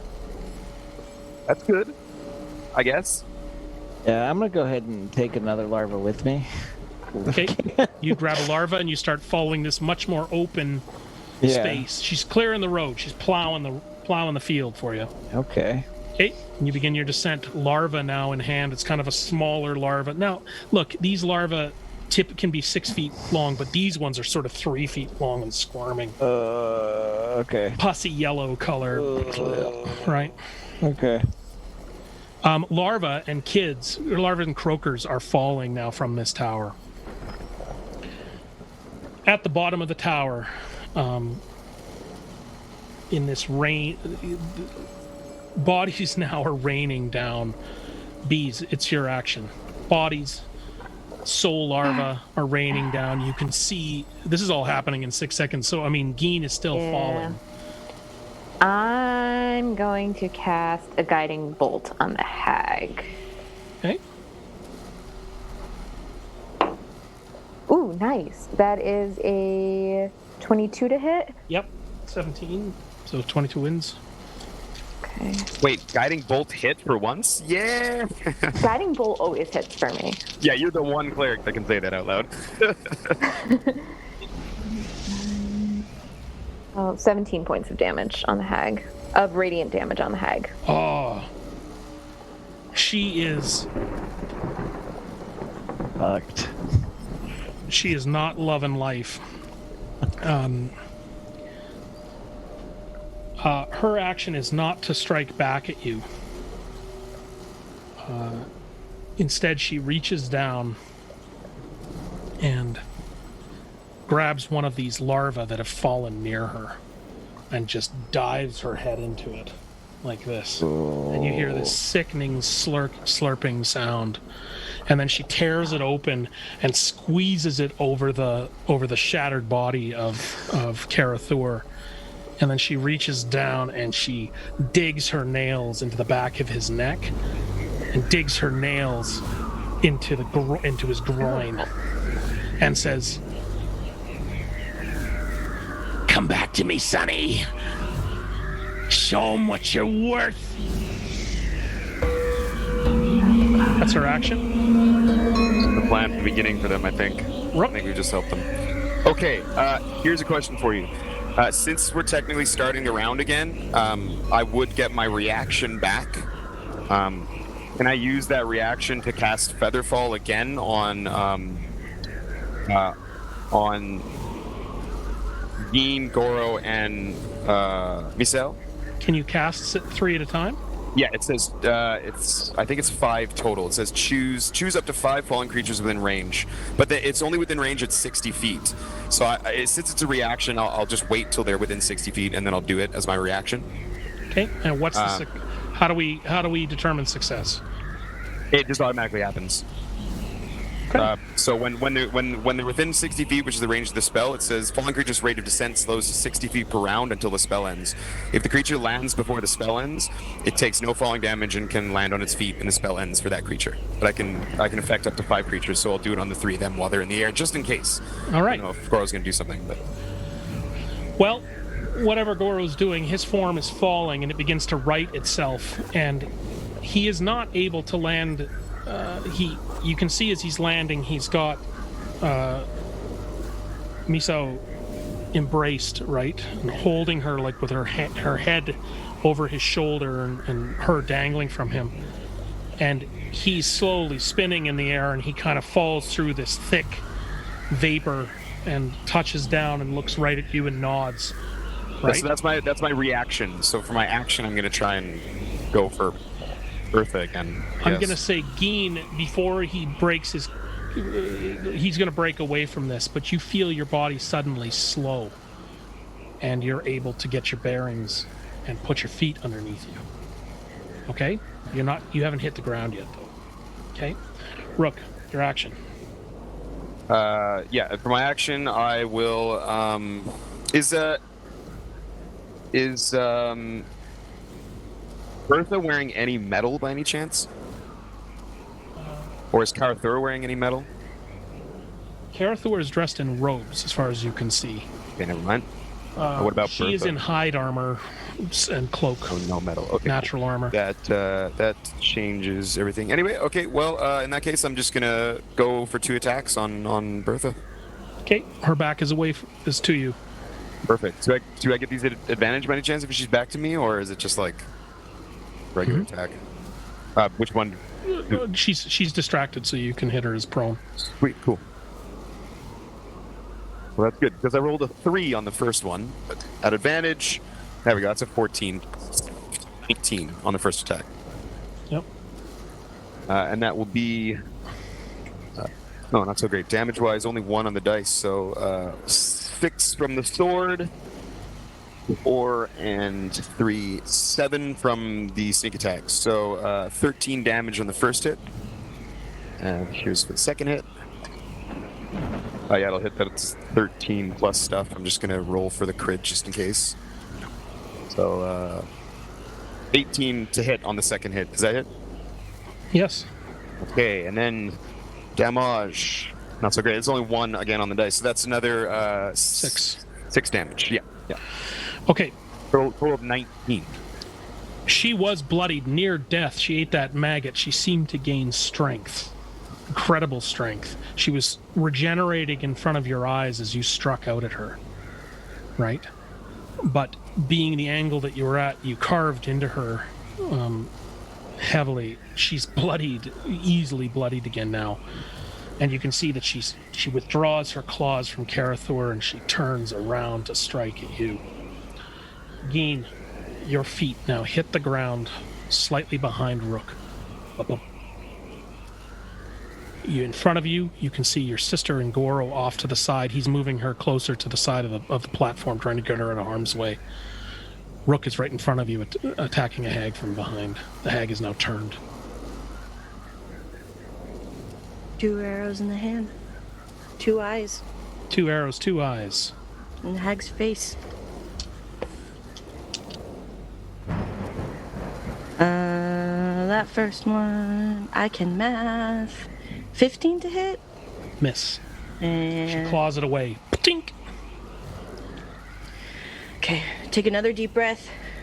Try and focus again. 16 to hit?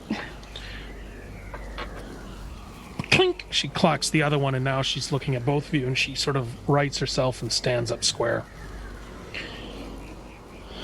You're at a dead runt, and you are nearing the end of... You're managing to get down and around, okay? You're not done, Geen. I want a place where Runt is. And go ahead. So, Geen, we're back on you. Okay. Well, that didn't work. So, I'm gonna drop. Well, okay. Question: can I use a longbow, like a quarterstaff, and just take my bonus action and do flurry of blows and like run towards her and just go? You can hit her with the bow. With the bow. You'll risk breaking it, but go ahead. Okay, then I'll drop it. Wait, isn't her bow magical? That thing's sturdier than God knows what. Technically it is magical. Okay. I mean, Sorry, if I can... then... You can hit her. Improvised weapon, right? So... Yeah, that's what I was thinking, but then I guess it really doesn't matter if I could just... Well...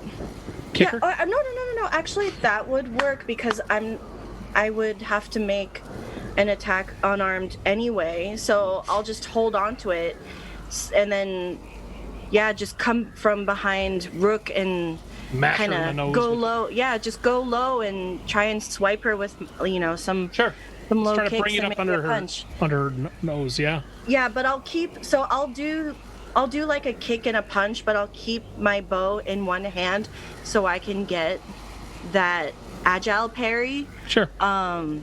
So yeah, flurry of blows. Okay, those are both 15s, so that's 21 to hit for both of them. Yep. And that's 5 plus 3. So that's 8 damage total for everything. And since I did that with my bow in my hand, I get a +2 to my AC, so I'm at 19 for my AC, and I'll stay in her range for now, so she doesn't get an opportunity attack. Your AC goes up to 19, right? Mm-hmm. Okay. Let's just recap where we all are here. Rook and Geen, you're engaged with the hag. Goro is off to the side with a limp Miseo. Bees, you are next to the marble, looking at Geen and Rook tackling this hag, and Runt, you are just emerging at the bottom of the staircase behind Bees. And then Karathor is just on the ground behind the hag, right? Between the hag and Bees, Karathor is on the ground. Runt, this flailing croaker dives at one of the acolytes next to the pit of soul larva. Okay, and it starts to pummel them, right? Cool. And you are standing there. Bees is the closest person to you. What would you like to do? Man, I don't know. I guess, I mean, as far as I know, Karathor's dead. So I want to kill the hag, so I'll start headed that way. Okay. You're able to clear the distance to the hag. Her back is to you. Oh, yay. Those are my favorite words now.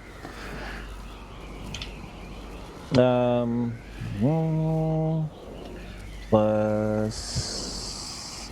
So, 19 to hit? Yep. Okay. And I would like to use Morbenthal's... Is it left or right? To silence her. Okay. Nice. Silence is spellcaster. She screams as you stab her, and then it's just... Oh! And there's nothing coming out of her mouth. 1, 4, so 4, 5. Plus... Oh, this is terrible. 4, 5, 6, 7, 8, 9, 10, 11. So 11 points of damage. Oh, sorry. 11, 12, 13. And then, second attack. Do I have a second attack? Do I still have the second attack? You do. Okay. How much? What the total damage on that one was? The total damage on that one was like 13. It was lame. And the second attack is probably gonna miss because it is like a 15. That does miss, but the first attack is enough. Her back arches. She can't say anything, but inhumanly, her back arches back towards her. Her face comes terrifyingly close to yours because her back is like in this question mark shape, right? And now she's actually bowed over backwards, and she's looking kind of down at you with this huge hag's head. And you can see that she's dying. Oh, that's good. And then she smiles. Oh, no. That's not good. She mouths something, and her eyes flit over away from your eyes to the floor behind you. And then her weight goes heavy, and you're forced to let her go as she crumples to the ground. Smile. Wait, hold on. Was she casting a spell? Nope. Any spell that she cast last round with her claws. So the hag is now dead. Bertha lies heaped at your feet. You're now looking at her. You're standing in front of the body of Karathor. She's dead at your feet. Geen is past. Sorry, Rook, and then Geen, and then Goro, and one over there. Bees, you're behind Runt. Mm-hmm. What you see. Just one moment here. Is all of this is happening very, very quickly. You can hear this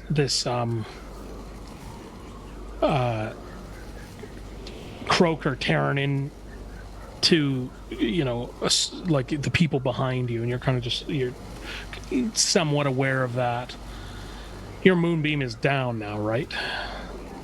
Yeah, it's been 10 rounds. It's dropped.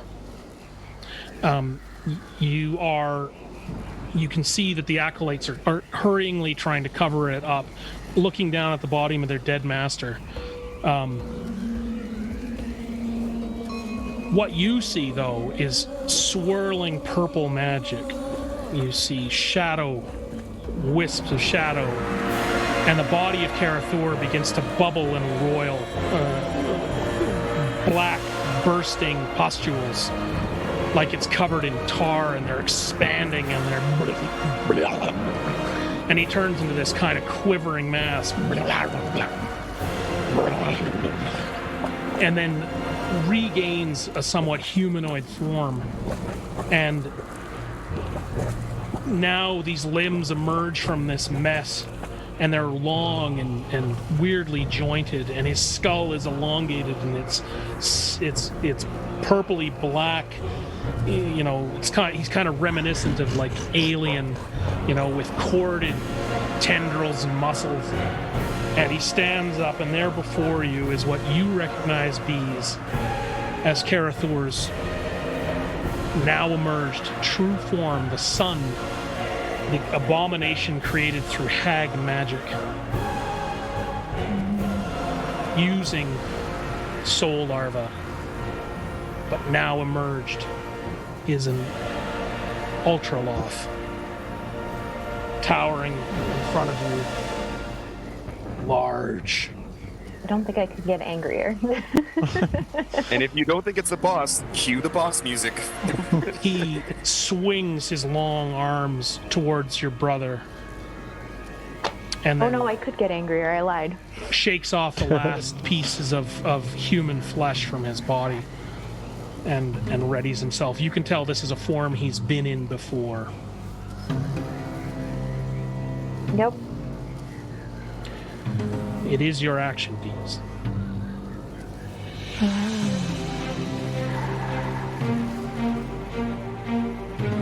Okay.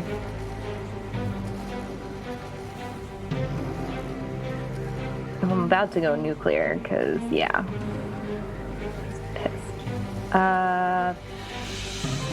Guiding bolt at him. Okay.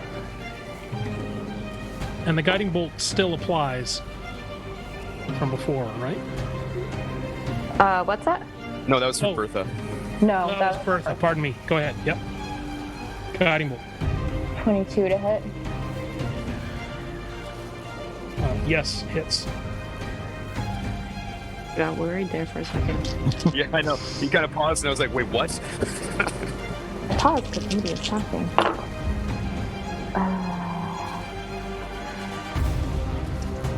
16 points of damage. Nice. And I'm about as mad as I can get. Okay. The first thing he does is he strikes out hard with a sweeping grasp. He's attempting to catch both of you, Rook and Geen, in this swipe. You can see purple crackling energy coursing around his body. He makes this massive arm attack, right? And the forearm hits you, Rook. Okay? No, yeah, 17. Yep, 17 AC, not 19, my bad. Right. And you're going to take 23 points of bludgeoning damage as you're cast against the wall. Oh, boy. That is not good. I am not high. Okay, this is bad. Geen, you are caught with a hit, and he is going to grapple you. And you are now at the end of this long extended arm in his grasp. Okay? I still have that 19 AC, by the way. Just I don't know if sure that thing. matters. Just give me 1 second.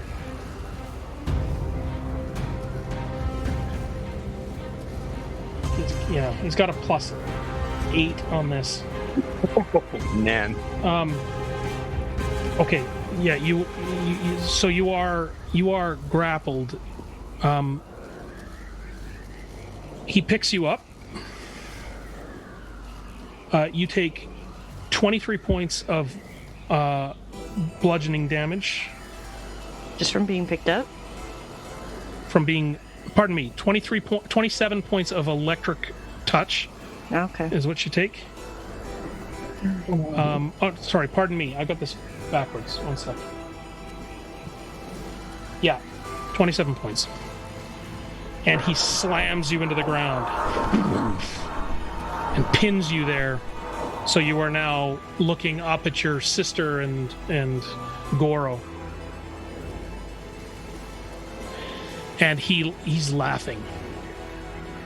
And as he's holding you there, you'll take an additional 6 points of bludgeoning damage as he drops to the floor. He says, You've stopped nothing. The portal is complete. The vessel is ready. And no raccoon will stop me. and you can see your sister begin to kind of arc and twitch like this. And Goro is looking at you.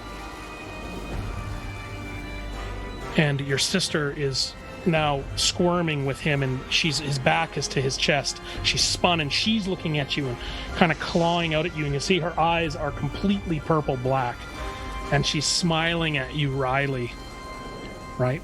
And the same I'm not sleeping tonight. The same expression that you saw in your mind of Shar as black tendrils you begin to focus on are coming down from the portal and are entering your sister.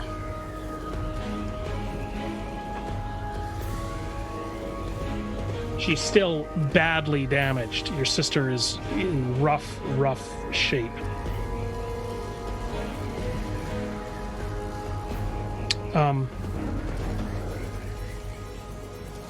You see Goro look at you and shake his head like this.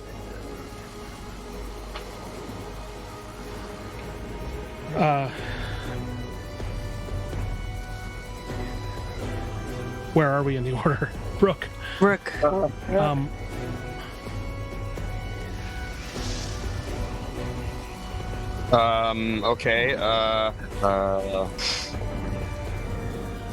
Okay. Level 7? No biggie. Just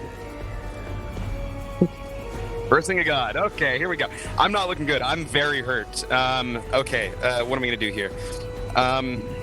So I'm basically within striking distance of Karathor.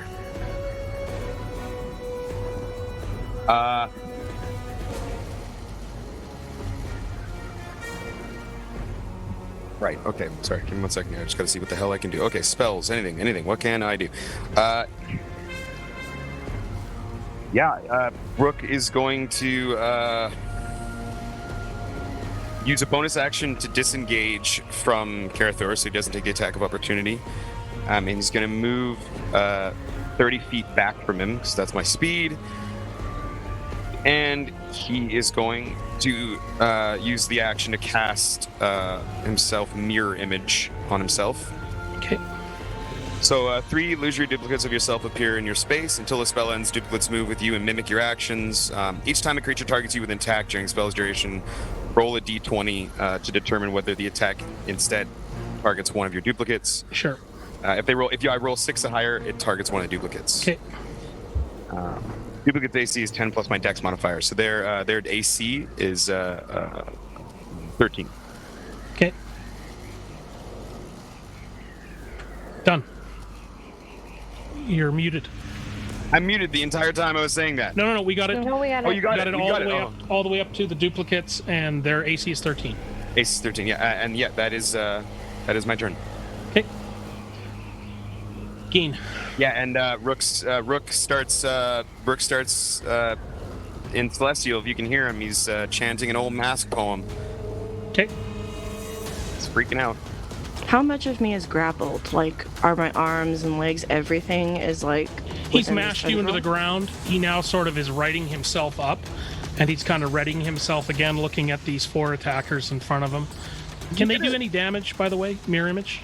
Oh, no, they can't. No, they can't. So no. He thinks he's got a bead on you, and he's kind of enjoying this, and he's looking over at Goro, and he thinks that that's handled. Char's on her way, and so he begins to back up towards the marble a little bit. So he let me go Yeah.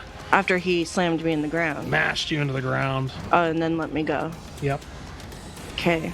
Then Sucked a bit of life out of you, and then... Oh, a little bit more than just a little. I'm going to, I guess, use half my movement to get up in as best of a way I can. And go ahead and take 2 shots at him and scream out to Shar, "Take me, you bitch!"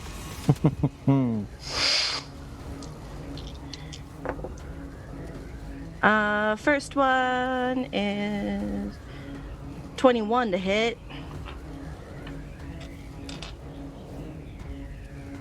I'm assuming that hits. Yeah, hits. Okay, I'm using Kensei Shell for this because I can't really do much else with it. Well, that was BS. That's only 6 damage on the first one. And that's a natural 1 for the second one. Okay. And I'm still screaming out to Shar, take me! Runt, you are now, this Yugoloth hasn't seemed to notice you, this Ultraloth. He's backing up. Right? Okay. And then, like, he's backing up towards... He was kind of standing over you and focused Yeah. on them, and now he's kind of backing up, and you're kind of under his armpit. Oh, well then, I'm gonna stab him. Okay. Okay. So, stab him twice. Roll them both at the same time. That is a 19 plus, I'm assuming that hits, and a 20 unnatural. A dirty 20. Okay. Yep. Okay. And let's see. 2, 3, 7.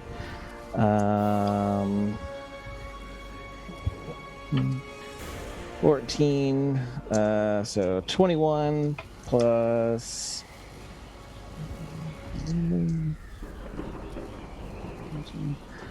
21 plus 13 is something. 34, is that right? Mm-hmm. Points of damage. Okay. Take that, you. He felt Dick. that. Okay. Nice. I am very panicked right now, so I'm gonna go get another drink. I'll be right back. Bees, we're on you. Okay. Do you want to move at all, Runt, while you're... Nope. Oh God. He backs up further. He seems to spin. He backs up further, and he presses against the marble with his back as he's kind of trying to figure out what's hitting him under his armpit. He hasn't looked at me yet, though, right? Has he made like eye contact with me? He has not made eye contact with you. I'm You're managing staying here. to Yeah.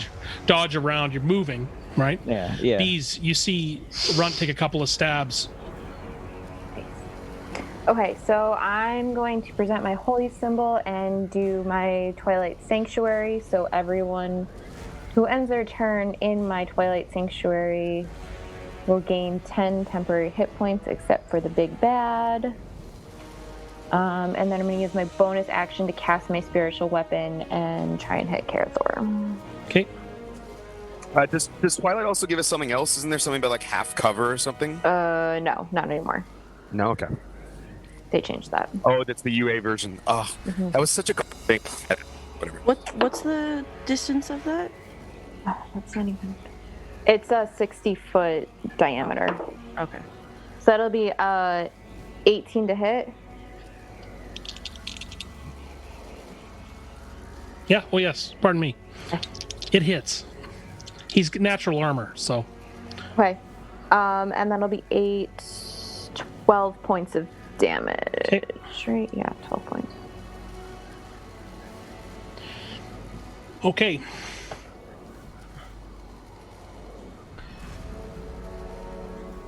Goro looks at you, Geen, on the floor. He produces a silver blade. He brings it up to Misao's neck.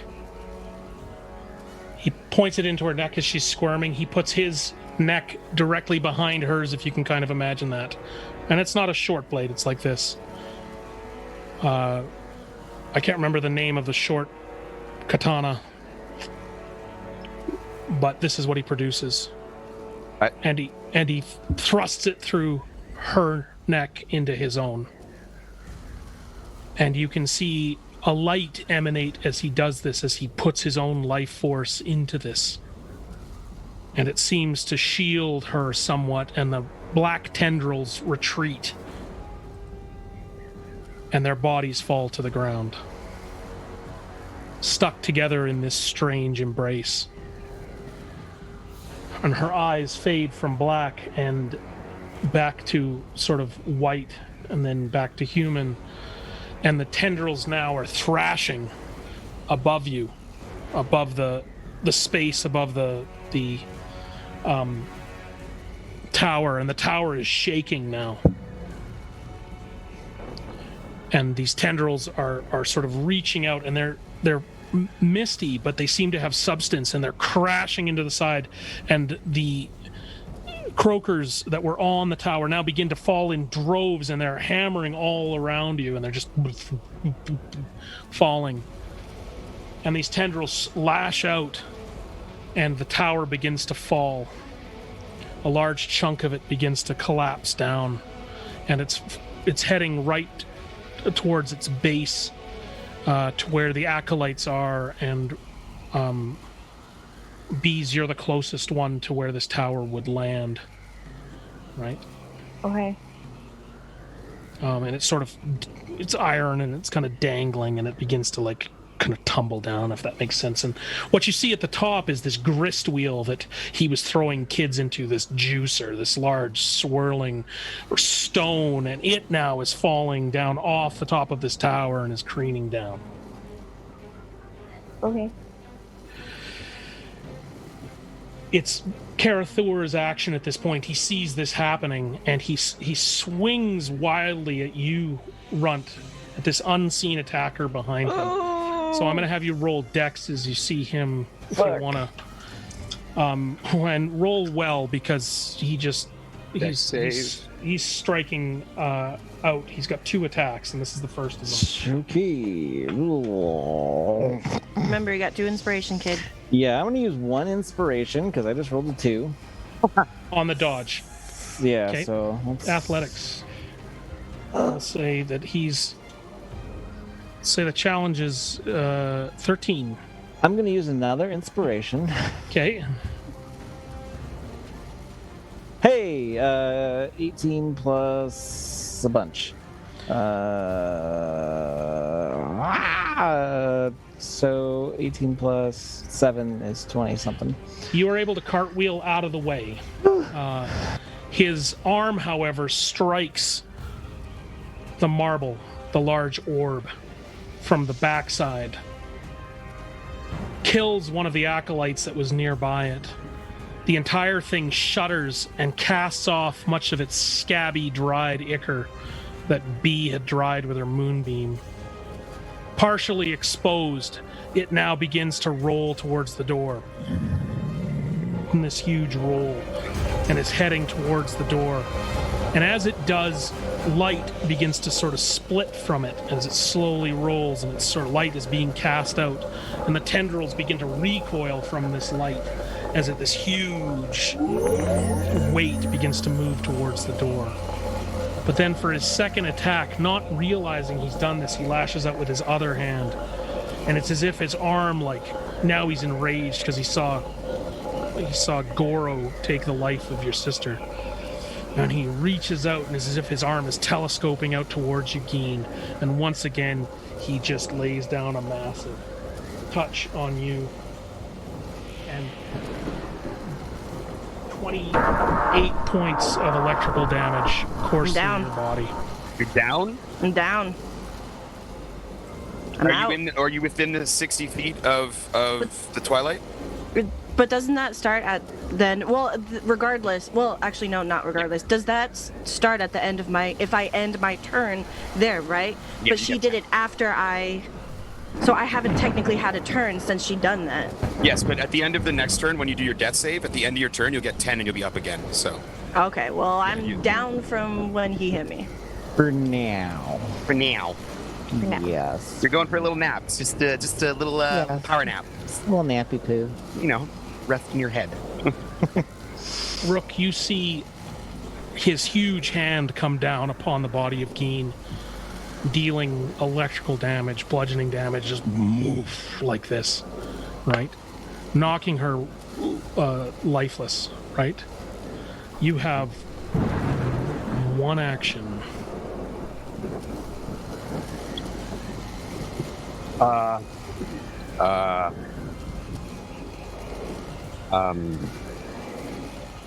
Rook just sees that and tries to. He just starts praying, and he looks down at the 2 each of the sides of the rapier, and he swings as the blades are facing him, and he's just going to like this, where each one is the side of hand. He's going to carve a line in his own arms on either side with the white blade and the black blade, and ask, just literally be like, I'm almost dead and I have no idea what I'm doing, and I'll give anything to stop this guy from doing whatever the fuck he's doing. So he's going to just stare at Karathor and do that and wait for something, because he has no idea what he's going to do. And if that doesn't work, he's then going to go and start attacking Karathor right afterward.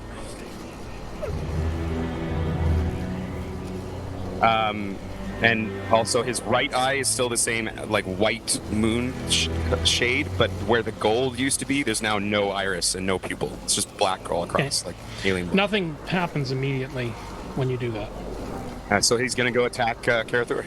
Okay. So I will take at least 2 points of damage from cutting myself there. So I'm down to 15 out of 52, but I'm going in to attack Karathor. So here we go. First attack. That is plus my mods. That is a 17. Okay. Does a 17 hit? Yeah. Hit. Okay, cool. Sorry, I should be quicker on the hit. No, it's all good. 17 AC. So go ahead. Oh, perfect. Okay, great. All right, I'll remember that. Okay, so there's damage from the rapier. Max damage, thank goodness. So 8 plus 5, so that's 13 on the sword. With my sneak coming in, that's a 6 and a 3. So 22 damage from the first attack. And here's the bonus action attack. 17 again. So that is going to be another 7 damage plus 5 is 12. So a total of 34 damage. And that's his whole turn. Your blades penetrate and move around, and at one point he kind of flicks them away and looks at you as if it's not that important, but then he squares off to you, and you know you're next. He just says, "Madate." Let's pause for a moment here. Geen lies shattered. Her sister lies shattered. Well, I get 10 points at the end of my turn, right? Yep. Yeah, you get 10 hit points. Cool, so I'm back up to 25 now. Runt, what's going through your mind as you're seeing Geen's body lying there? Kill, I think, is probably the only thing. She's going pretty primal and feral at this point. The sister is dead. The sister's sister is dead. Goro is dead. Rook, I see you as slashing wild at this, in pain. Bees, what would you be getting ready to do at this point, or what would your reaction be to seeing this? Anger, pain, hurt, Geen, a lot of things. with whatever consciousness is left in your eyes, you're able to see Runt's face. Angry, hiding sadness, hiding loss, feeling that torment that you know so well, that sense of loss that you know so well. And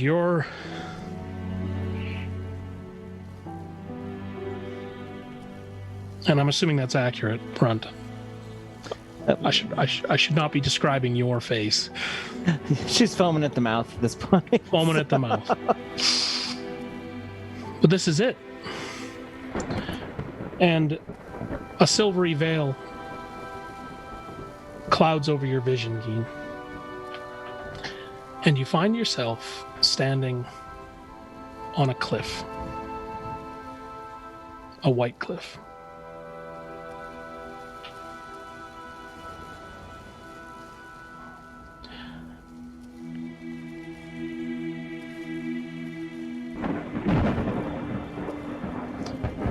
And behind you, now not in front of you, there is a light, whereas there was none before, and the fog that was ahead of you when you've been to this dream before is thin somehow. And you're facing out onto the cliff. What would you like to do?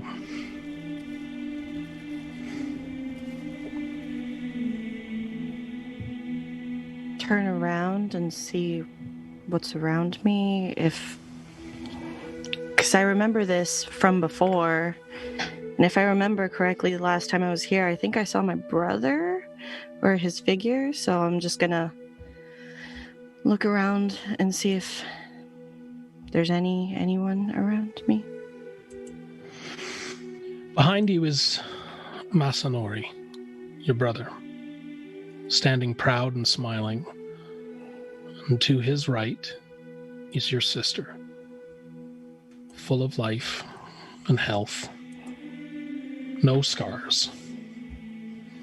And his arm is brushed up against hers in sort of a protective way.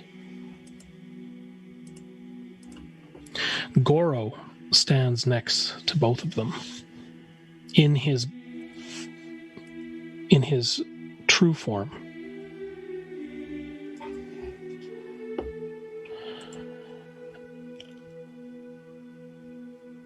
Clara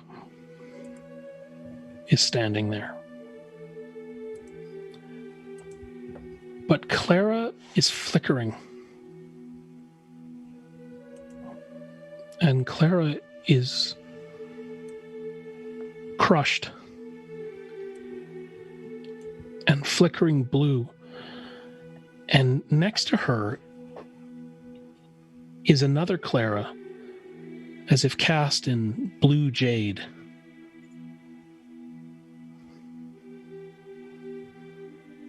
And even here you feel a stone that you're holding become cold and hum with energy. And it's the black lotus stone that you have.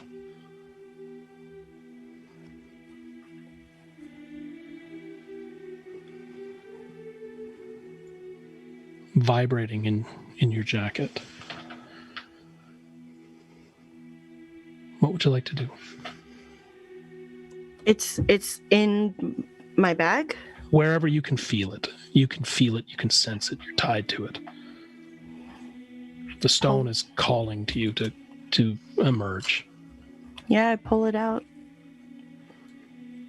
You pull out the black onyx and you hold it forth. And there Goro looks at it. And a hand comes to his mouth.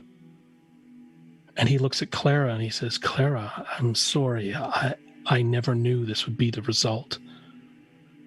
And he produces a black lotus flower of his own. And he sort of glides towards you and he says, Geen,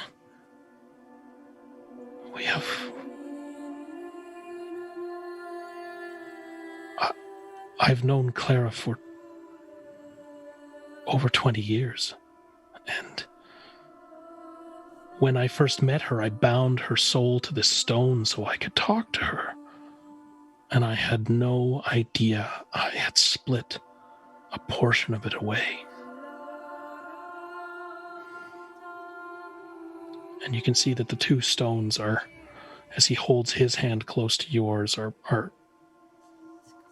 twittering like magnets.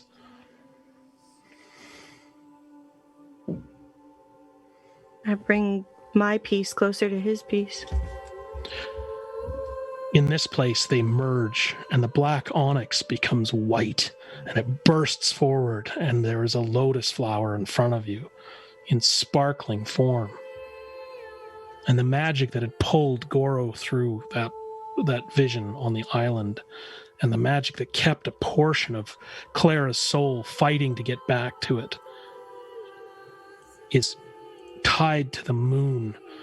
And in moonlight, these two black lotuses come together, and suddenly they're just casting radiant light.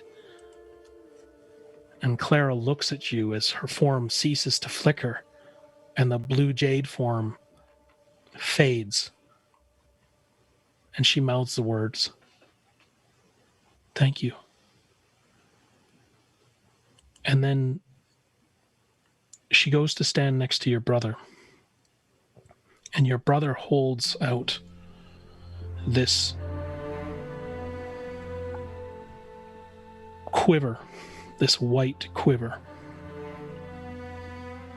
ornately carved dragonfly runes, star runes all over it.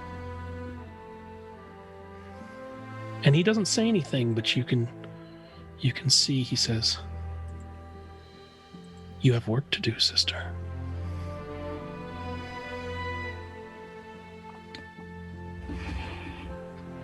I go up to him and I take it and I just tell him, "I missed you." He leans in close, and he gives you the kiss a brother would give you on your cheek and on your forehead.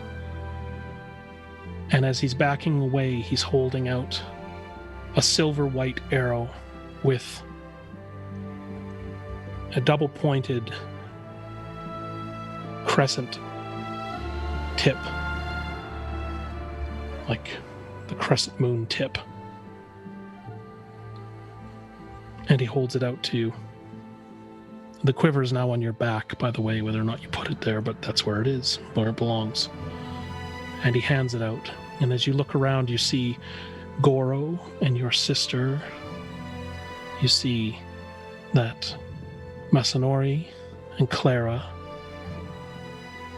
And you see one more figure in front of you. And that is Goro's daughter, Geen. And she comes up to you, and she's also extending an arrow. All of them are handing you arrows. And she says, "I think I must leave your bow now."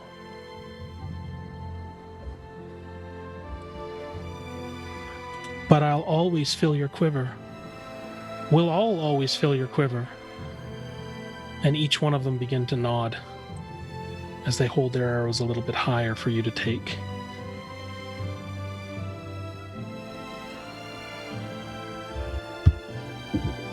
I just put all of them away where they're supposed to and look to my brother and just tell him, protect her in regards to my sister, and look towards everyone else and just say,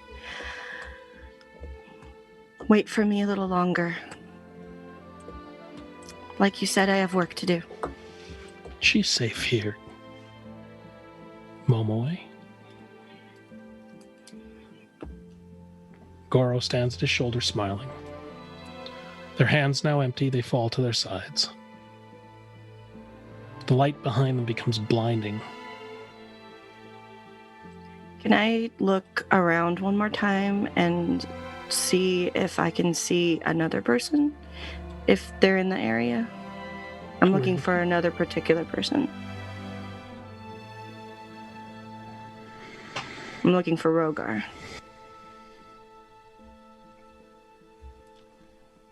A golden shadow appears in this white lunar light.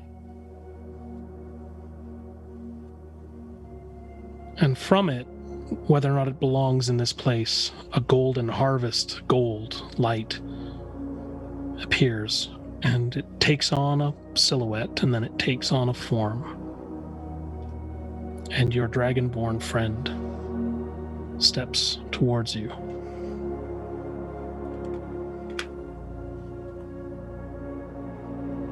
I just look to him and I'll tell him, I'll take care of her as best I can. I know you will. And his huge clawed hands come forward. And he opens his hands. And there's another arrow. But the arrow doesn't have this crescent-shaped blade on it. Instead, it has a long gold arrowhead, and the fletching on it of this arrow on down its golden shaft are 3 dragon scales, bronze. You be good, he says, and you be brave. And loss has purpose, little one. I'm young, but I know that. Now take our love for you and focus it. Go finish the work we started.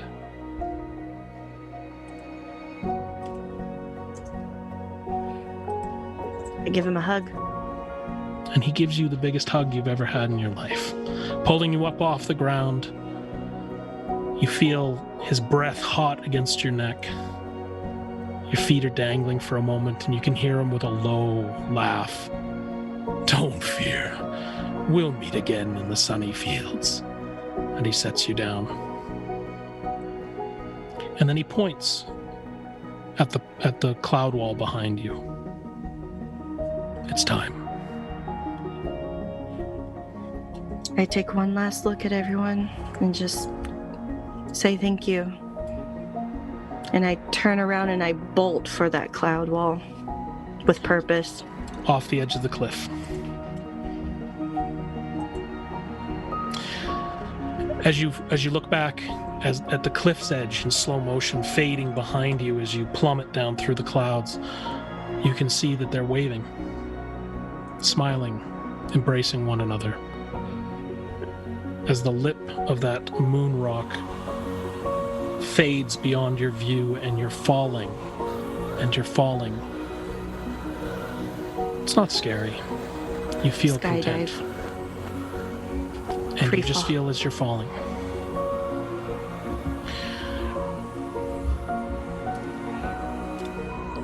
But we're going to leave this happy space for a moment.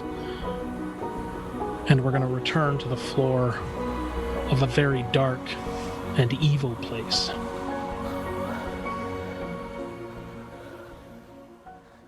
Runt. A marble is heading, a large 12-foot marble is rolling, picking up speed as it heads towards the edge of this tower. Bees, you're watching it go by. Rook, you're standing there not knowing if you can take this opponent. Runt, what do you do? I'm gonna kill him. Okay. Is he still close enough to attack? You have to wade through soul larvae, which are sort of squirming around on the floor. You have to wade through some broken bodies that you were dodging as they fell. But yes, he is close enough to attack. All right. Give him the old 1-2. We're going to use this die, though. So one missed with a 6 plus whatever. And then the other one was a natural 20. Ooh. So that one is... I dropped it. 2...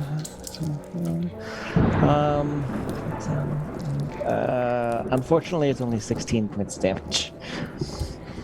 Not bad. Still something. It's still something. Every bit helps.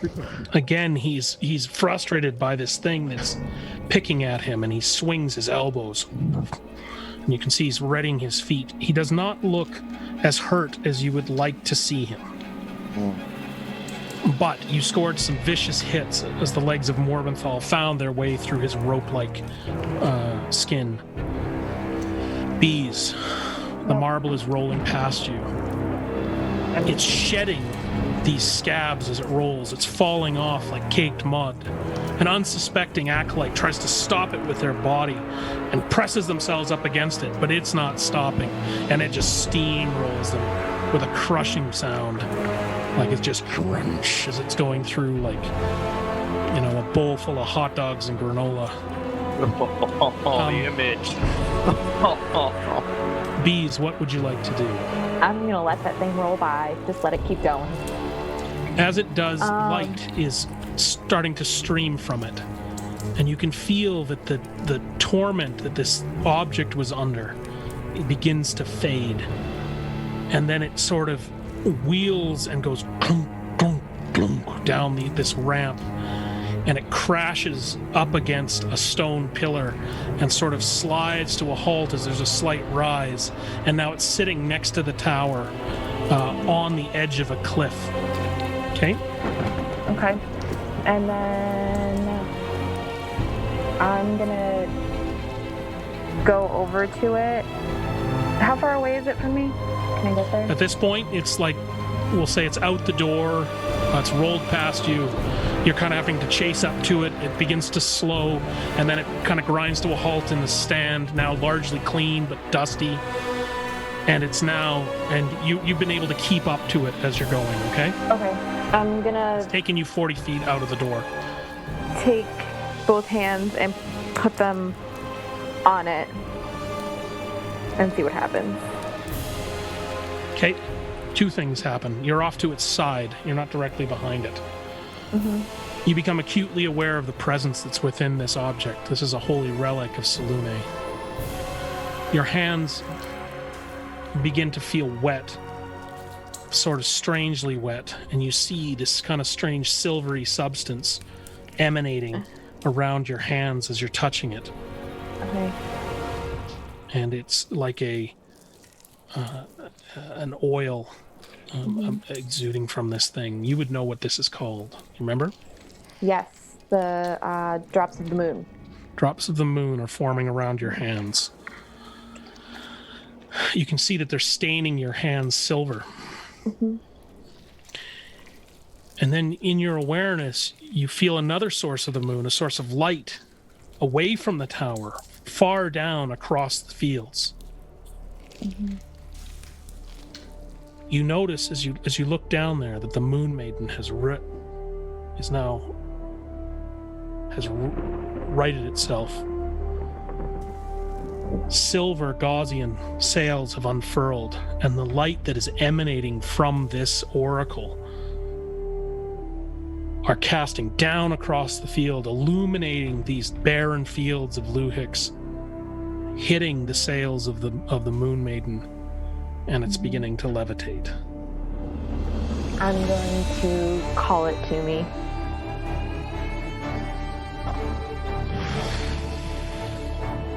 The Moon Maiden immediately begins to come towards you. And I'm That's going. so badass. So Right? badass. Can I put the drops of the moon into a vial or something? Or is it going to stay on my hands? It'll stay on your hands and under your knuckles, under your fingernails. Okay. It's like paint. Um, You can scrape it off into some vials if you have them. Don't do it Yeah. quickly.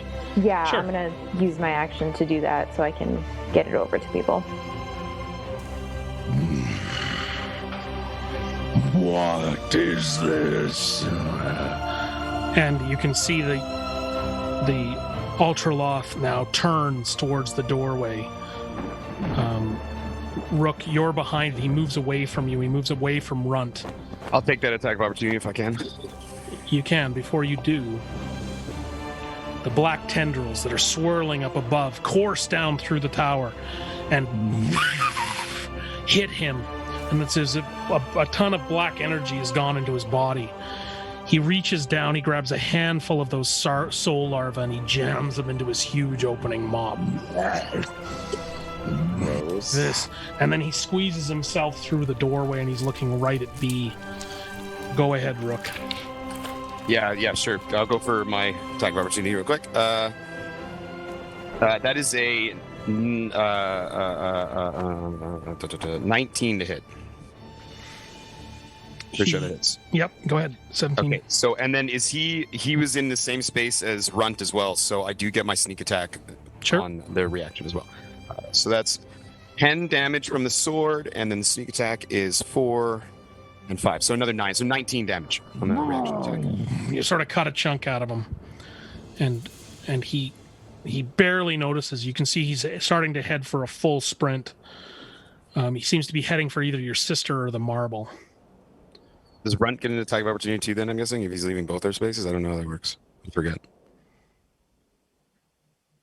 I missed Runt. Did I miss you in the order? No, I didn't. You had the 19. Yes, you do get an attack of opportunity, sure. 14 plus 7, so 21. Blood spurts as you hit him. 21. Yep. Yay for 7 points damage. You're whittling him down, but now he is moving at speed out of that door. And he is terracing towards your sister. Well, he's not for long. No. If he's going to do that. So he's able to close the distance, this 40 feet at a dead sprint, and he begins to shoulder his way into the marble, attempting to roll it off the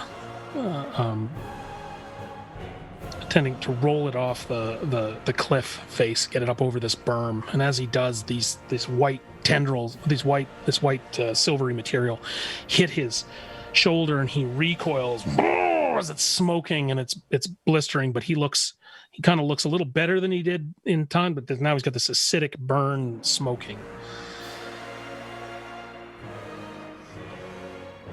Rook, you are next to act. So you hit him on your attack of opportunity. And that's my actual action. Okay, Yeah. for it, I know that he's heading to my sister. I want to make it easier for him to fail whatever she's going to throw at him. So I will try to throw down a Bane on him, which is 30 feet. So no, I'll move 30 feet so I'm in melee with him, unless he's more than that amount of feet away. I don't know. Go ahead. Okay, cool. You're I'll chasing as far as I'm concerned. I'll chase him definitely, and then I'll throw a Bane down. So he did do a 15 charisma save. Okay. And is there any other thing attacking us other than him? Is there some acolytes that are going to be attacking any because I could choose up to 3 creatures. So. No, he's cleared the distance. He's got a +4 on charisma. And sorry, what's the save? 15. He rolled an 18. Dirty 18. So he saves on that Bane. That is my last first level spell, ladies and gentlemen. As you let it go, though, you see a silver shape behind your sister as the Moon Maiden courses towards her and the precipice on which this marble sits. Okay. Rook sees this shape, this ship coming to him, and he'll switch from that chant he was doing, and he starts singing a old school Irish shanty sailor song. Fair enough. And you can see the boat begins to sort of spin and saddle itself up dockside on this cliff face, this sort of bluff face.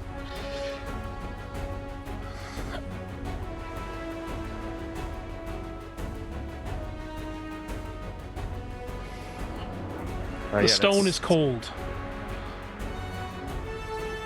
It chills your back. Your muscles are aching. Geen. You stare up at the ceiling. This angry black and purple mass is swirling.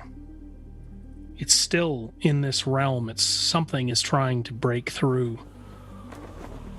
It lost its vessel, but now it sits untethered at the top of this tower. A vortex of evil and hate. Your eyes flit open. You can push yourself up off the floor if you'd like. Yes, please.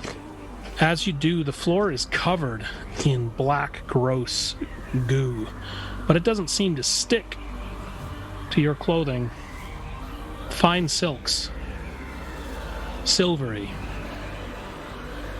And as you regard your reflection briefly in the side of in this reflection, your hair is stark white.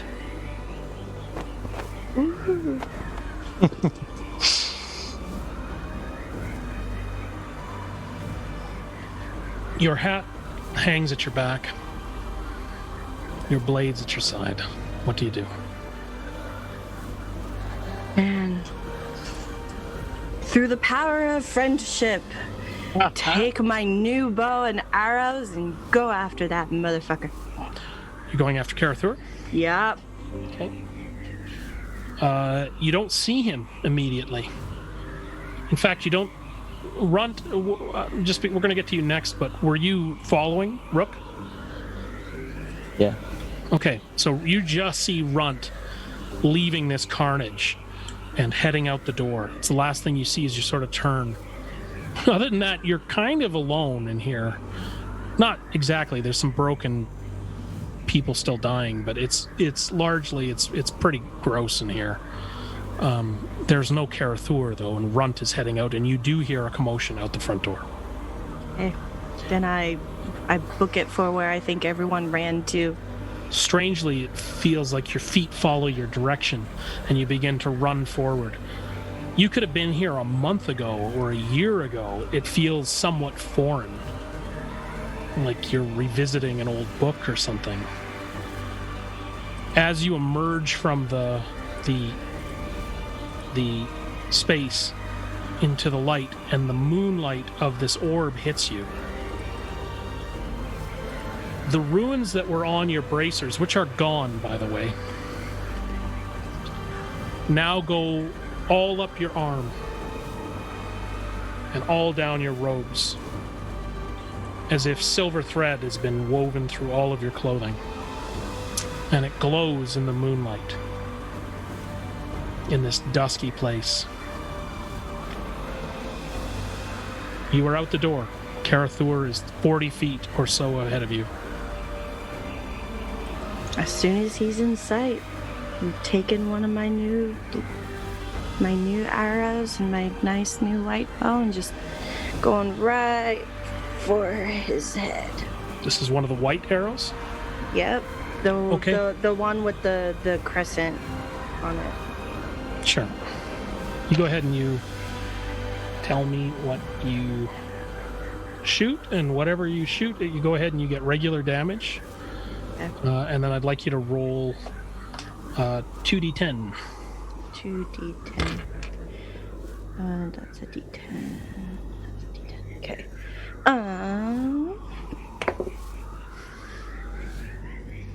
I'm just imagining this like thrumming sound, like. Well, that's 19 to hit, and with regular damage, I'll add my Kensei shot to this as well. It's 10. Let's see, that's 13 plus 2d10. This is 10, so 23 damage in total. All right. That's your only shot for this round, right? I mean, if I can do another one, I'll do another one. Yeah. But not 'Cause I naturally. get 2 attacks. You get 2 attacks? Yeah. Okay, go ahead. That arrow enters Karathur. Cool. Die, bastard.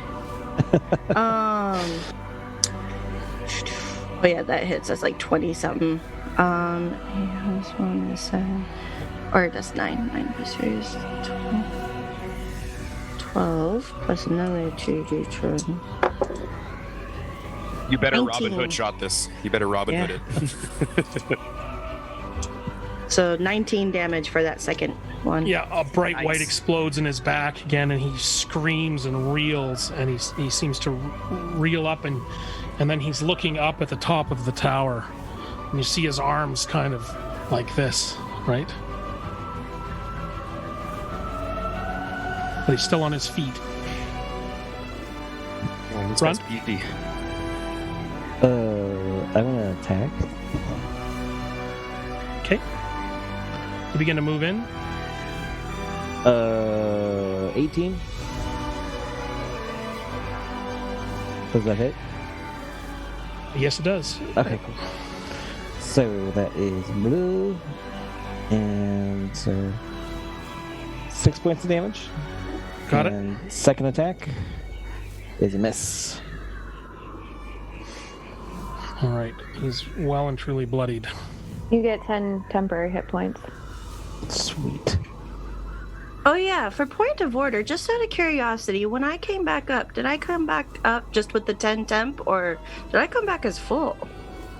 Ooh, good question. Oh, 10 Is it, is it 10 temp? Yeah, it's 10 temp. Sorry. Okay. 10 temp. So just with the 10 temporary. Okay. Yep. Okay. It was a good dream, but it wasn't that good. I know, right? I mean, hey, I'm all decked out. Did I get Yeah. everything? Nah, it's okay. Karathur reels. Bees what are you doing at this point? I'm going to take my next action. So when I got the drops of the moon, did I get the effects of it, or do I have to consume it? You have to consume it. Okay, so my next action will be to consume it. All right. Get my spell slots back. That spell slots will be back then. What does it do again? Essentially, it offers you the same recovery as a full rest. Yep. Oh. And allows you to stay up if you through the night without any impact. That is heavy. And I'm going to use my bonus action to move my spiritual weapon and attack with it. I do get that still. Okay. What did you make it look like again? I totally forget. Great Axe. It's a 14 to hit. 14 to hit? Yep. Yep. A 17 to hit. It's a 17 to hit him, so that missed then. Yep. Yeah, the 14. The Moon Maiden is getting closer at this point.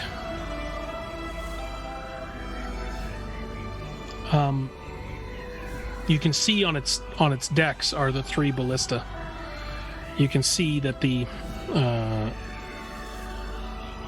cannons are there. The other thing you see, though, is dark, crackling energy at the top of this tower. Now tendrils coming down. Karathur is forced to take a knee and kind of collect himself as the 4 of you are surrounding him. And as he pulls up his hands like this to the tower, this large arcing vortex of purple and black swirling mist arc from the top of the tower and crash down onto his form. And each of you are actually knocked back several feet. Okay? Are we knocked prone too, or? Well, go ahead and roll dex for me. We're going to say that you're going to have to beat a 15 to not be knocked prone. Dex save +6. All right. 12. 17. 18. Runt. 17. Bees, you are knocked on your can. He sees you fall. Well, sort of these 2 eyes appear in the these 2 purple glowing eyes appear in this swirling mist, and then you see him emerge, and he's like twice as tall as he was. He just like this, and he raises his fist up, and he's going to send it crashing down on Bees like this. Advantage on the attack too, because she's prone. Mm-hmm. And you're stunned, Bees.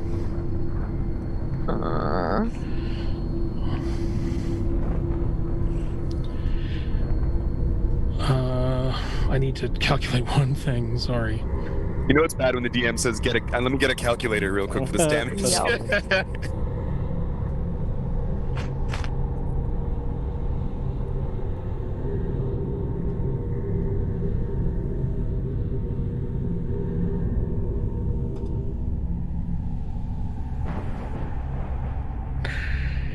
Okay.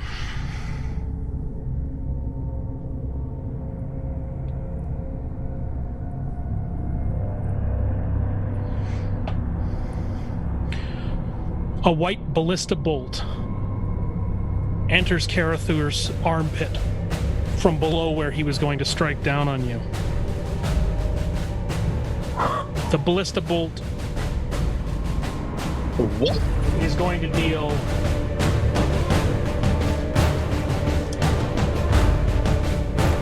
26 points of damage and 8, 5, 13, 26, 29, 39 points of damage total with 13 radiant. Wow. On the decks of the Mood Maiden, behind one of the ballista, you see a gnomish barber. Oh no.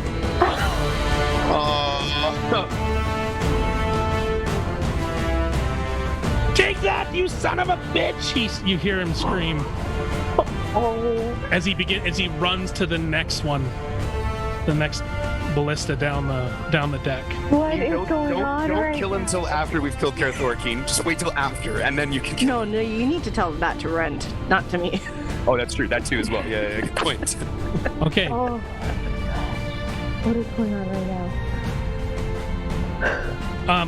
He's running to this thing. You can see him getting ready to fire the next ballista. Okay.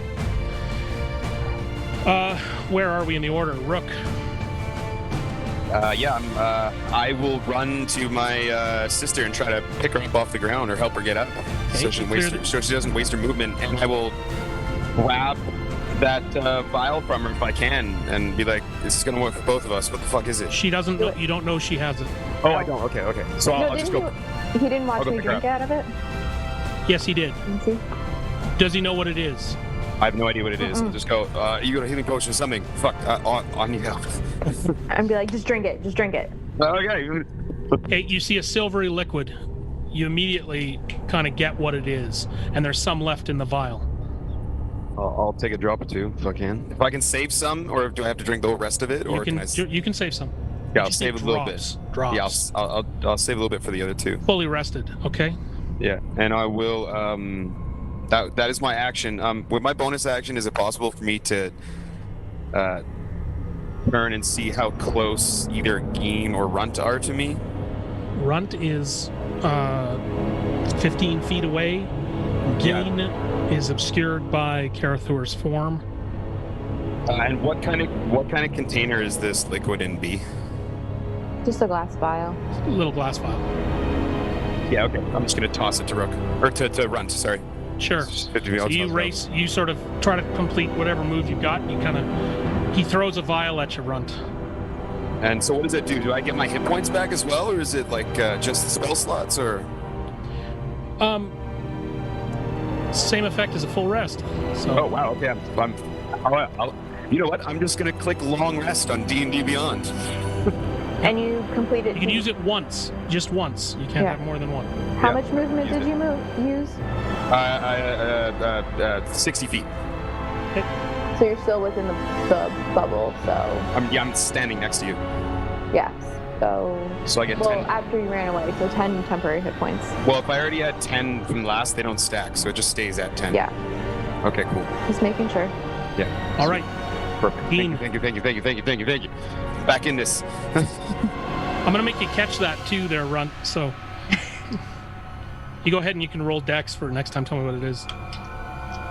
Rook's not thinking. He's just like, yeah, okay, sure. Okay. Geen, you are standing behind this. You can't see. You see Runt maybe reach out to catch something. I don't know if that's her choice yet, but you see this swirling mass, and then Karathor rise out of it, doubled up, and like still bleeding and stuff, but huge now. Like his wounds all appear to be there, but he was a big one before, and now he's real big. We are fighting King He Kong. talks even lower. And he's like, you petty thieves. Apparently, we're fighting the evil dude from Gadget. Dr. Claw. Yeah, Claw, that's it. I'll get you, Gadget. I'll get you, Gadget. Right. I mean, all I can really do right now is just shoot at it with my new toys. So I'm gonna pull out Rogar's arrow that he gave me, Okay. and go for that. Try that one for my first shot.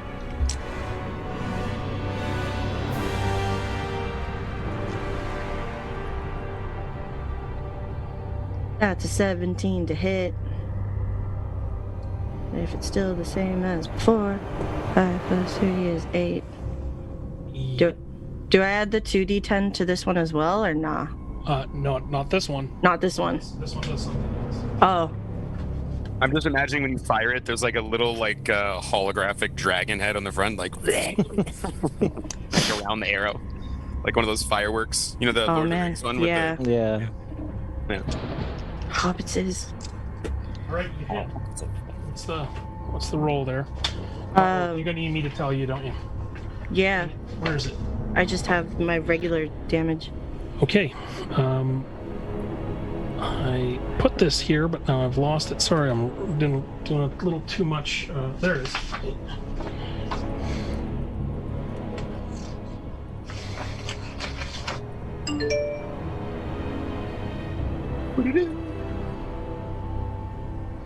Okay, whatever you're doing, plus roll 4d6. Oh God. So regular weapon piercing and 4d6 damage. Fire breath. Oh. Well, hello there, fire. Breath of the Dragonborn Paladin.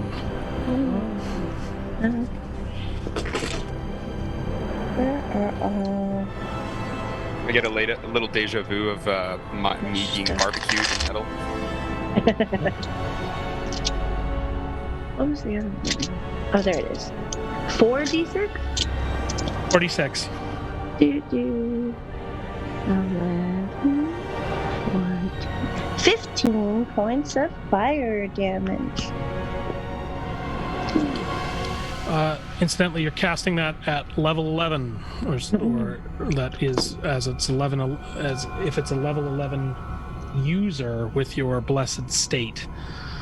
So what was the total damage? So 8 plus 15, so 20 slee.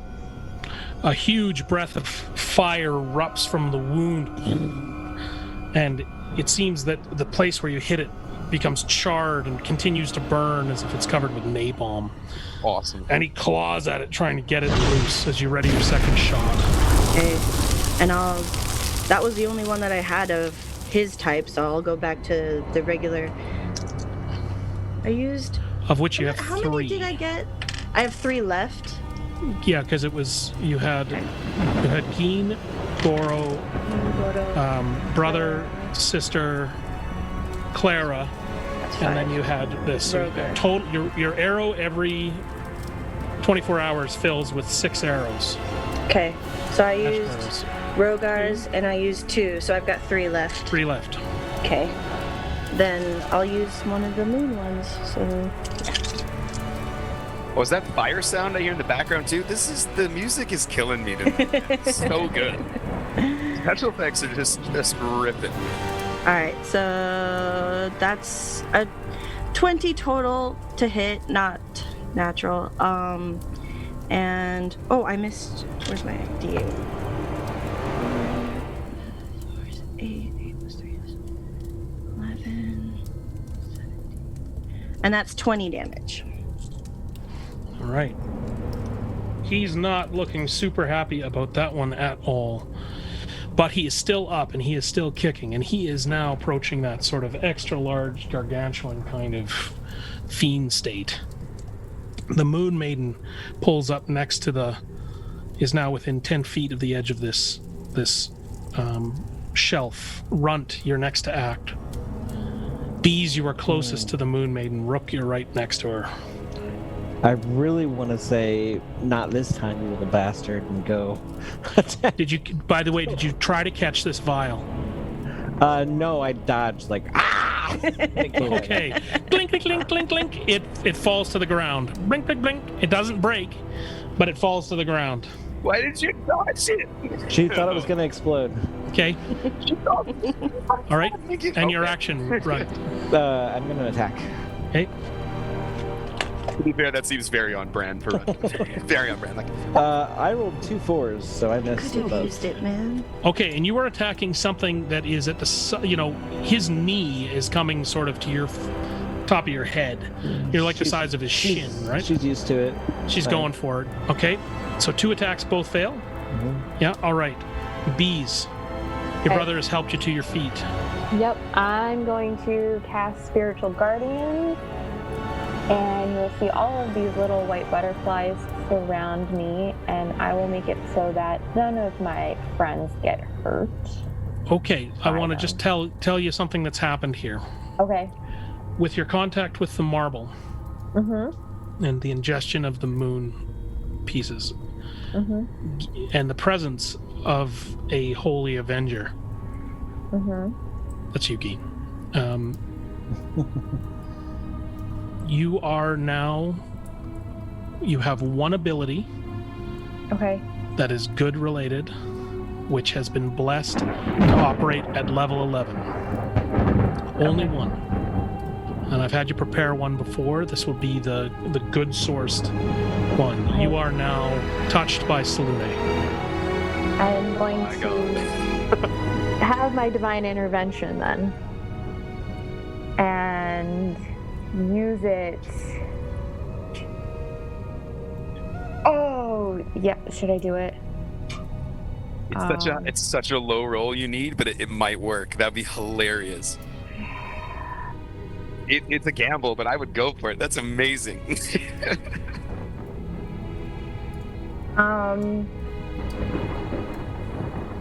I know what I'm gonna do. I'm gonna have Salune allow me to cast my moonbeam at the highest level that I possibly can. Go for it. So 11 or whatever, right? Okay, so it's gonna fall on Karathor, and it's a con save. Go. Con save of. 15. Oh, you don't even have to roll for the divinity? He's That's plus 5 con, so you're aware. Okay. Oh, I do have to roll for the divinity. Just before anybody says, in case I roll high. Yeah. Plus 5 con. Oh, he's roll. 1 second. I have to roll for the divinity. When the cleric decides to cleric. When the cleric is clericing hard. Oh my god, both my fingers and toes are crossed for this. Oh, it's less than my level, so it works. No What's the fucking save? way. Yes. What's So the one save? time you want to roll bad. It's con 15. He No rolls way. 17. Okay, hold on. No, stuff still happens. Dude, I'm like shaking. That's 12 Okay. spot. Plus 5. So it's just. Hold on. It's still half as much damage. Okay. So it's 60-10. oh my god.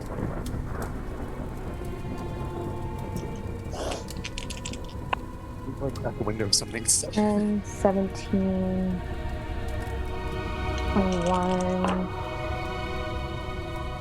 31, 47 points, so half of 47. And the moonbeam's gonna stay up. Oh. So he takes half of 47? Mm-hmm. 23 points. He's hurting. But up.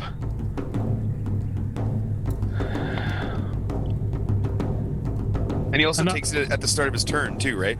Yep. Yep. Another belt. Okay, and so that is now. So what does he take? So I gotta roll again. 14. Oh, he's gotta roll another con save. Fails. Okay. 24, 27, 35 points.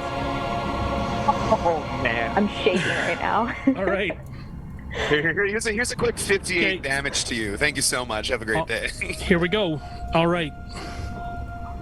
He's really close as a ballistal bolt flies in from the side and misses royally.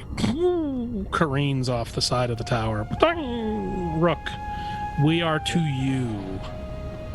All right, I have all of my spells back, so immediately I'm going to go for the hold person action on Karathor. 100%. That's going to be my action. So that is a Wisdom saving throw of 15. He makes his save. That's literally what I'm going to be doing for the next couple of turns. Is either Bane or hold person until I can get him. But I will he is- also use my bonus action to disengage from him and move 30 feet. Oh, hang on. Wisdom? Wisdom 15, yeah. He fails by 1. Wrong read. Sorry. I read Happiest rank charisma. I've ever taken in my life. He's held. Oh, actually, I got to double check. It might not have worked because is he considered a humanoid? Yes. Okay, then it does work. Perfect. All right. So Oh, no, large fiend. okay, so I couldn't have done it anyway. So Okay, instead, I'll do sheds it. Bane. I'll do Bane. Okay. I wouldn't I would have known if he was not a humanoid, it wouldn't work. So Sorry, I'll go cast on. Bane instead. And the Bane one is a charisma saving throw, so he's a little bit at those, but it's a 15. Okay. Am I going to use his same roll from before? and No. his charisma Reroll. save? No, reroll. Yeah, because reroll. He would have beat that one. 12. Oh, wait, you can use it if the roll before would beat it. It did beat it. Okay, then yeah. Yeah, so he Then beat. beats it. Okay. Used the roll, but the charisma bonus is 4, not 2. Yeah, so that's he fine. beats it. Yeah, he beats it. Okay, Okay, cool. so Nice. okay, Old person is out of the game, but Bane is the way I'm gonna go. Bane is not working. Okay, you were there. Anything you want to do for your action? Bonus action, disengage. It was my action to cast Bane, so I can't use that. But I will disengage and move 30 feet back. Okay, you're backpedaling. All right, Geen, How bad does he look? bad. Like super, super, super bad? Like raggedy flesh hanging off him. He's big. He's mean. Oh shit! He had an attack. One sec. Okay, Go ahead. on his reaction to me leaving because I disengaged, or on his turn. No, on his turn. On his gotcha. turn. Yeah. Okay, he is going to. He's got a little girl at his ankle. He's got a magic caster who he's gonna go for you, Bees. Okay. He will be swinging a massive arm Okay. for 3d12 plus 4 damage. What was the to hit? He didn't make it because he rolled a 1. His second attack, he's going to take a swipe actually at the boat. Oh, okay. Okay. Okay. And again, he misses with that swipe as well. All right, it's within reach. So he rolled a 1 on the first one and an 8 on the next one. So he did not hit either. Moon Tower. All right, Geen, it's all you. Okay.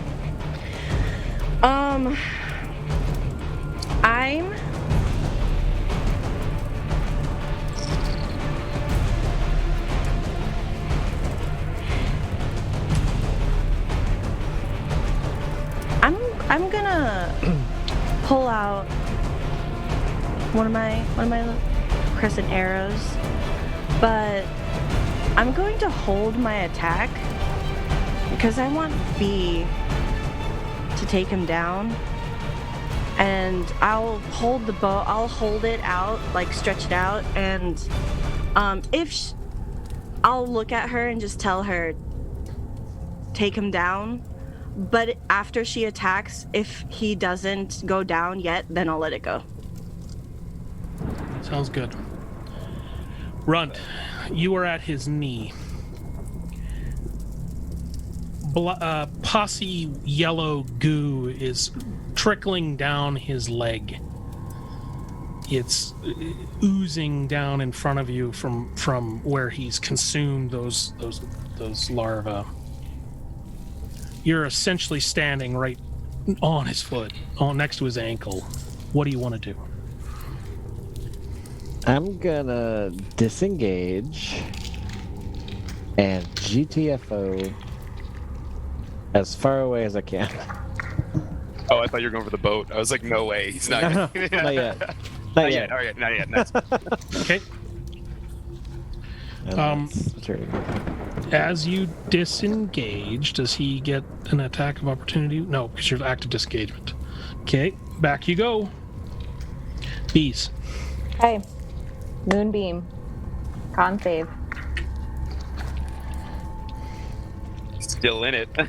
Expanding on it. Yeah, sorry, I was wrong before. It's a con of 17 at level 6. Okay, so he just rolled a 14 Okay. plus 5. Man, this guy's got such Still good takes half con. damage. He still takes half damage, Yep. though. True. Yep. True. 18, 19. For the record, he is at 21 hit points. Well, I just rolled 24, so he takes half of that. Oh. Oh, All right. So close. Hold on. I still got my spiritual weapon up. That is true. Hold on. I don't want to take this from B if This he's is still up No. afterwards. 24 to hit. Get it, girl. Hold on, I gotta go back to my other sheet because I don't remember what. That's how you know you're playing high level D&D. Hold on, I gotta go back to my other sheet. 8,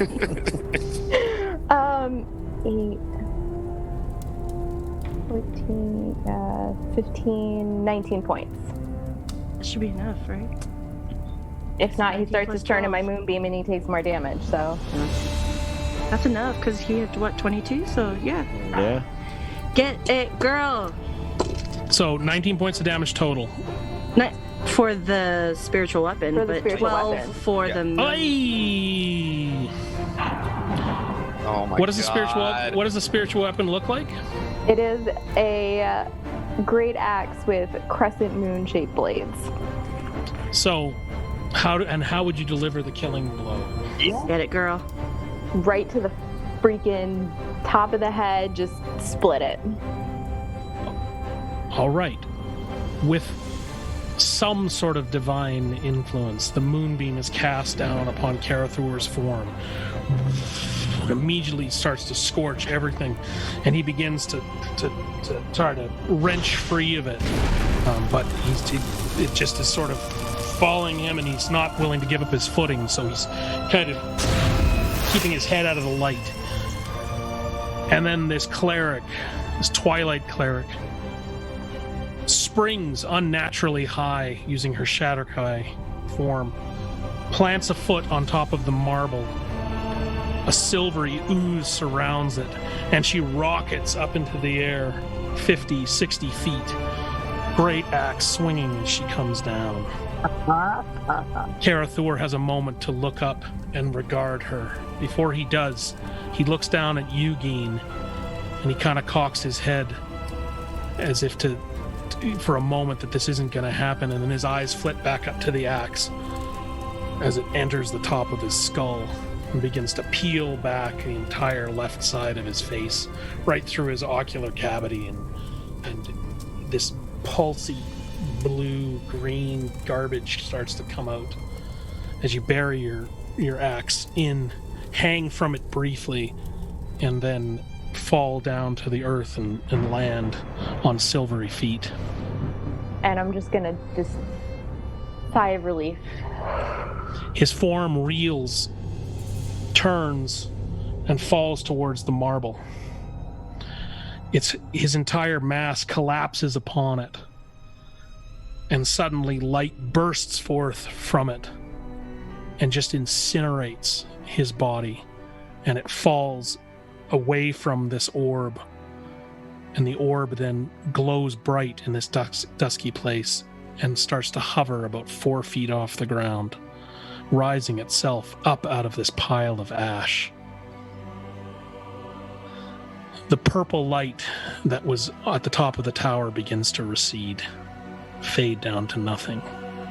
The mist is clearing, and indeed the bodies of Shatterkai and a large Oni lay far off to the side. And Runt, you find about 45 croakers have started to come behind you as you retreated 30 feet. They're now behind you like a gang, and they put their hands on your shoulder, much like the parishioners in Harrowdale put on their hands on the shoulders of Rogar, and they all begin to take a knee and regard their new queen. As a low, subtle singing chant this time starts to emanate from this fan of croakers. Their voices seem somewhat more relaxed now, and you hear, "Meat, hooks, scary feather, meat, hooks, scary feather, meat, hooks, scary feather, meat, hooks, scary feather." And pretty soon they're rushing in behind you, and they've hoisted you up into this mass, and they're kind of parading you around a little bit. this little party is happening,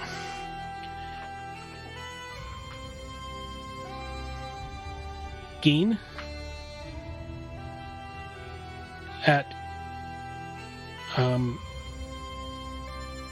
where are you standing again? You're behind Karathur. I mean, as soon as I exited the tower following everyone else, I would have stopped there. So you're towards the tower, yeah. Yeah. Ease. As you land back near Rook, actually near where you were standing before, So it you would be your feel rook. you feel a small hand on your robe. And you look down and there is Bill Coram. And he says, "I'm so glad he's gone. And that bitch Shar." And Insight check. go ahead. Yeah. Yeah. Insight check the crap out of that. Sure. I haven't been able to see a barber since you made him disappear. By the At way, 11, I want you to roll your insight check, and I want you to. Actually, I'd like you to roll religion, please. Me? me as well. Okay, well. Oh, you're insight- rolling insight. Sorry, I thought you were telling bees to do it. Well, yeah, Do you sure, believe sure. in bees? Yeah, Yeah, sure. yeah, sure, yeah. Go Bees, for I'll it. have you roll religion. Rook, Yeah. insight. Religion? Okay. Okay. Terrible, guys. Oh, that's an Absolutely 8. terrible. My insight, I rolled a 7, so that's a 9. Okay, Nine. we can talk about what's actually happening here, but for you guys, same old bilk. Yeah, I wasn't really wasn't too fond of him in the first place, but Yeah. didn't do anything wrong to me. So, cheers. Not the one that he has to deal with. Okay, By the way, if you're gonna work for me on that ship, you're gonna work on your fucking shots with that ballista, because that was bloody awful, mate. I got a job? Maybe. As long as you're still alive after this, but I don't think you will be based on those two. Well, they got to Nice. understand that it wasn't my fault. I know he doesn't have any on him, but Rook would like to light a cigarette. Okay. He produces a long, thin pipe and hands it to you. Gandalfing for the next 20 minutes. Totally, and it's long bottom leaf. Yeah. Geen, Runt, and I'm gonna say Runt. You can see who's standing next to these two as you're hoisted high on your. I wanted to also say, just for me, so you said Geen's hair turned white when she came back up.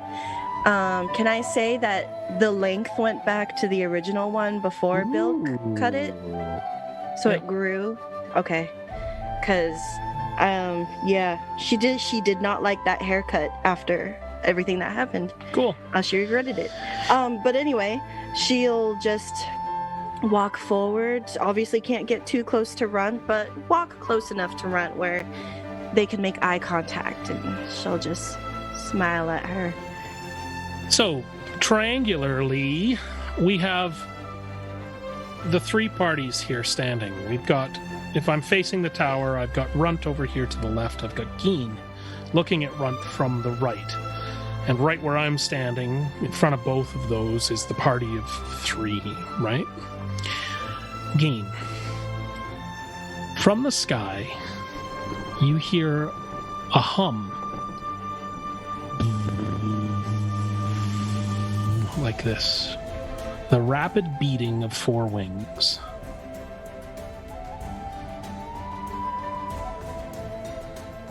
Everyone else, you don't hear this right away. It's coming from behind you. Around the edge of the tower and up over the cliff. A huge, spectral, silver dragonfly touches down behind you. This thing is the size of a horse or larger.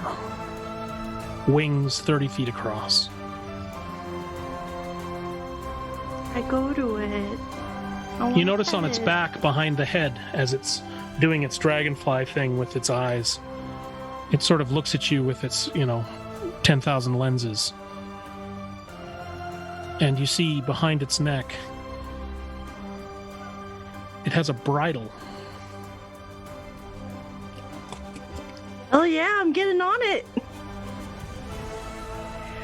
Okay. The moment you get on it, you feel what this dragonfly feels. Senses what it senses. Now it's an extension of you. And the word that it's in its mind is home. Time to go home.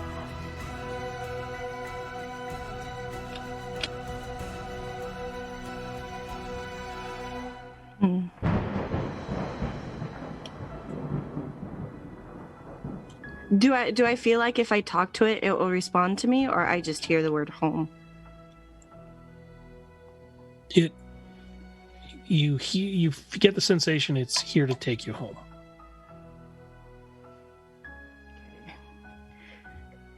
Well, I get off of it and I go to the front of where its face is, and I do the thing that, horse people do where they put their head on the horse's head, but I do it to the dragonfly. And I say, I can't go home. Someone needs me here. It kind of pauses its face and stamps its feet. But it doesn't appear to want to move. It's just standing there, waiting for you.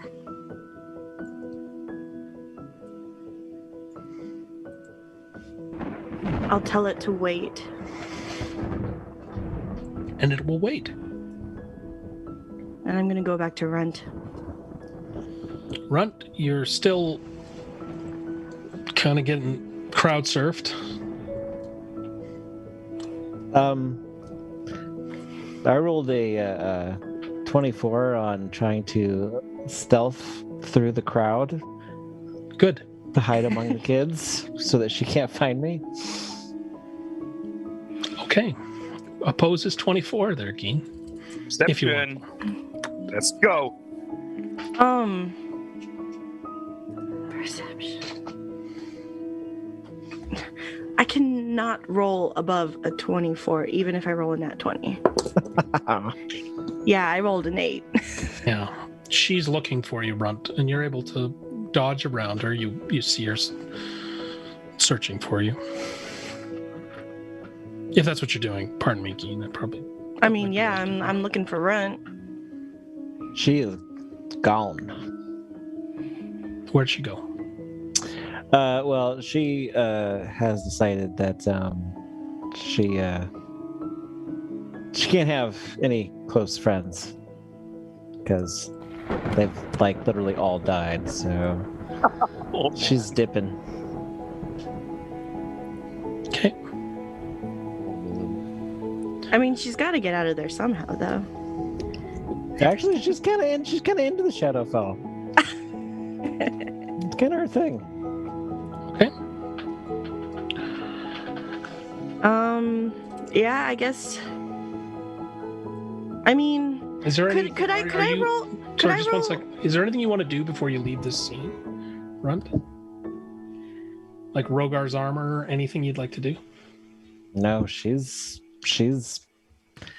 feels like the best thing for her now is to be away from everything and to start over the same way she did with Rogar. Sounds good. Just out of curiosity, could I roll an insight check for the reason why I can't find Runt and just think maybe she's doing it on purpose? Oh, so you're not worried about her, you mean? Yeah, because Yeah. I promised Rogar that I'd take care of her, I'd look after her, but I mean, if I believe the reason why I can't find her amongst this crowd is because she's doing it on purpose, because I know Runt likes to hide and get away. So if I believe she's doing this on purpose and I'll know she'll be okay, then I'll that'll make me more comfortable to go back home. But I mean, I did tell Rogar's spirit that I That's true. take care of her. So, I mean, I don't know if I can do that, but I still probably want to get, like, I mean, is that something that I, like, would have to roll for, or just something I would, like, No. deduct from what's happening? I think that she's made it around you, and I think you feel okay about that. You feel that you saw her be okay, and sorry, I shouldn't say you feel okay about that. Pardon me, but if what you're asking me is that would you know that she was trying to get away?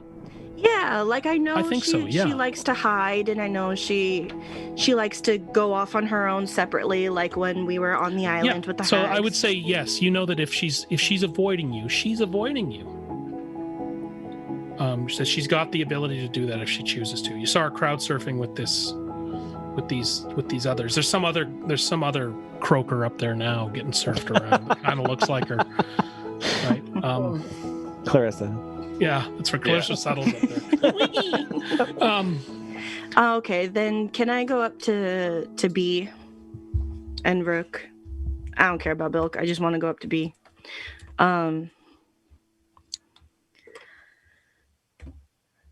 Can you do me a favor? Sure.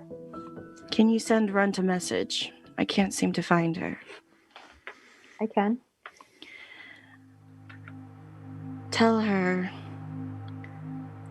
I promised Rogar I'd look after her, but if she's okay on her own,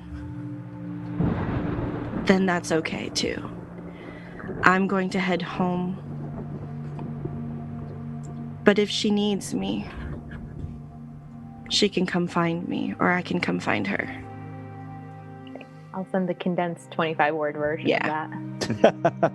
Hello, are you pooping? Yeah. Does Runt respond back?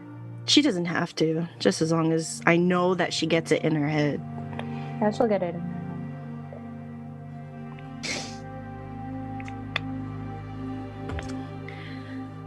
So what's next for you two? Well, I know it was directly in front of my brain, and that's the large tower, fucking filled with gold and probably some kind of magical shit. That's what's next. I can guarantee a you good that. night's sleep. No, a good night's sleep. For the first time ever. Oh, yeah. Okay, fine. We can sleep when we're dead, and it was close too. So just. First thing I do is I walk 2 or 3 steps and I go pick up the bottle that Runt dodged, and I bring it back to B, and I was like, well, there's enough of these for like 2 more doses. We might need that. You might. Give us like 2 weeks. We'll probably start running away from something else. Let's be honest. You might. Oh, I will. Well, it looks like I'm going home. And I'll look at the dragonfly that appeared suddenly. Seems to be on brand for you. Yeah, but if you're ever back in Kozakura, I'm a wanted criminal there, so the likelihood of that happening is no, that was like 80 years ago, actually. They're I'm probably sure dead. they would have forgotten. Let's hope. I mean, they do have grudges, though. You guys tend to do that. Well, if I come in on that thing, then maybe they'll listen to me and what I have to say. One would hope it's a magical spectral dragonfly. But, I don't know what's left for me over there. Only one It's- way to find out. Yeah. But it's okay. I feel a little bit better. Maybe before I go home, I'll do one more thing. If that will let me. I kind of take a step away from Bilk. Just like Take a 2 slide steps away step, from like Bilk. just slide step a couple steps, like, oh yeah, sure. What were you thinking? Oh, do you wait? There's someone I want to see before I go home.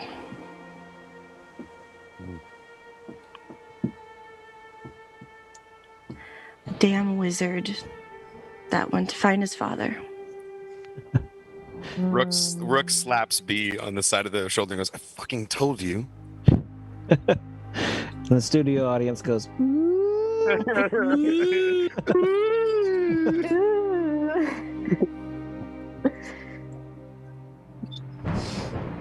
But I'm glad you're at peace now, B.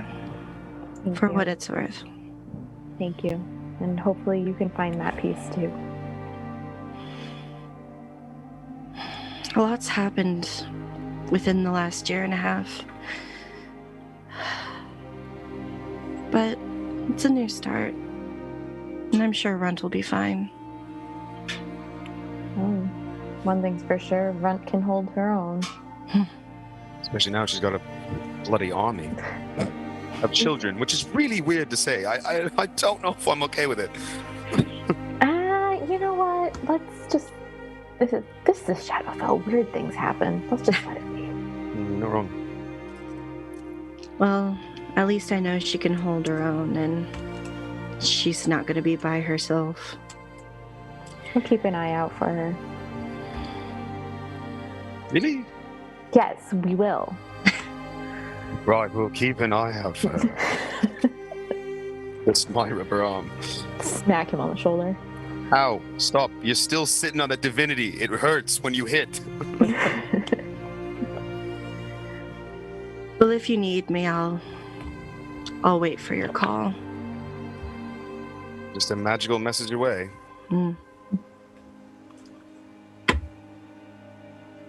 But thank you for all you've done. Couldn't help my sister in the end, but at least she's at peace.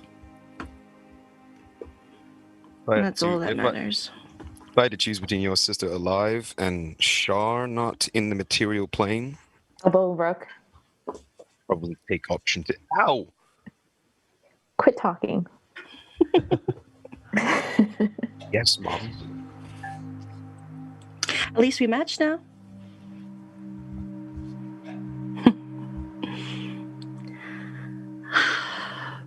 But I'll go ahead and I'll let you guys go and I'll take my leave. Safe travel. Don't die. Unless it's fun. I should say the same thing to you. No promises.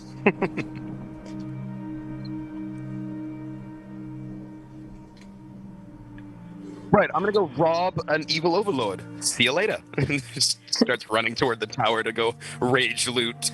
Okay. Well, I on my way to before getting onto the dragonfly, I wanted to go back and I don't know if there's like a small little trinket or piece of Rook's armor that I can take because I probably can't take the entire thing. But if Rogar's I can armor? Rogar's armor that fell onto the floor after he got Thanos'd. You, So among there's, the like- armor, The exact same So, thing. I was thinking among- the same thing. among this armor, you can see that there is the helm of comprehension. There is his armor. There is his sword. Where his belt would be, there is also an ornate bag. This was the ornate bag that he received from Griffaro after you left Harrowdale, which was said to was said to contain a gift meant for Runt when she was quote unquote That's ready. right. Wait, but did I hear that when that happened? When he got that, did I hear I it? think so. Can I open it and look at it? What is Hey, it? that's not yours. Whatever, you have. Hey, I can't see. You're not there. Yeah. So the bag is ornate. When you open it, it is far deeper than it should be.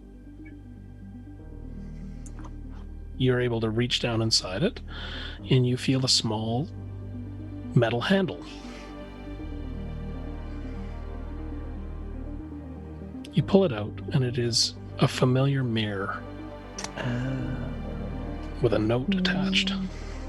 Hmm. And the note is in the hand of the High Harvestress, and it reads, Runt. With this mirror, crafted for good, you now have a choice. Signed, the High Harvestress. And when you peel back the note, you can see that the name that's been etched beautifully onto the mirror is the name Runt. Oh. But you haven't obscured the glass of you haven't opened the glass of the mirror yet to look inside. But the name on there is Runt. However, it's written, that's what it's phonetically, what it sounds like, but it's written in Goblin. Okay. I take that and can I put everything else in that bag of Rogar's? Yep. Okay. Put everything in that bag. And is Rook, are you down on my level, or are you up Yep. and about? I'm just walking toward the tower, but I'm not running or anything, so I'm slowly Okay, sauntering then over. I guess on my way out. Probably yelling at B, being like, "Are you coming or not? I'm gonna take all the best stuff." Okay, so you find Rook. Yeah, so I put all the Rogar stuff in the bag. I've got the mirror with the note. Actually, no, I don't trust Rook. I'm gonna go to B. Okay. Good move. I would have taken it for myself. I'm gonna go up to B with the mirror and the note and say, if you see Runt, or Clarissa, I guess, if you trust Clarissa to give it to her, this is hers. I'll take the mirror without question. And I'll keep it safe and make sure it gets to her. And the note. And the note. Okay. And the mirror is carefully covered. It's wrapped so that the glass isn't exposed, okay? yeah. And I trust B will get it to her, and I'll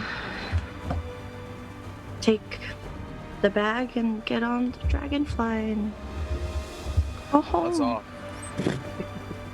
Helicopters up into the sky. Runt, where are you standing when all this is happening? Are you walking away from the scene? What are you doing? I went to go hide somewhere where no one could see me.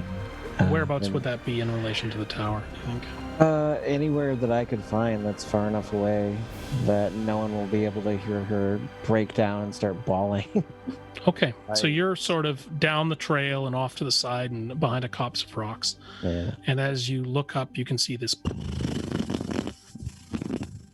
and off flies this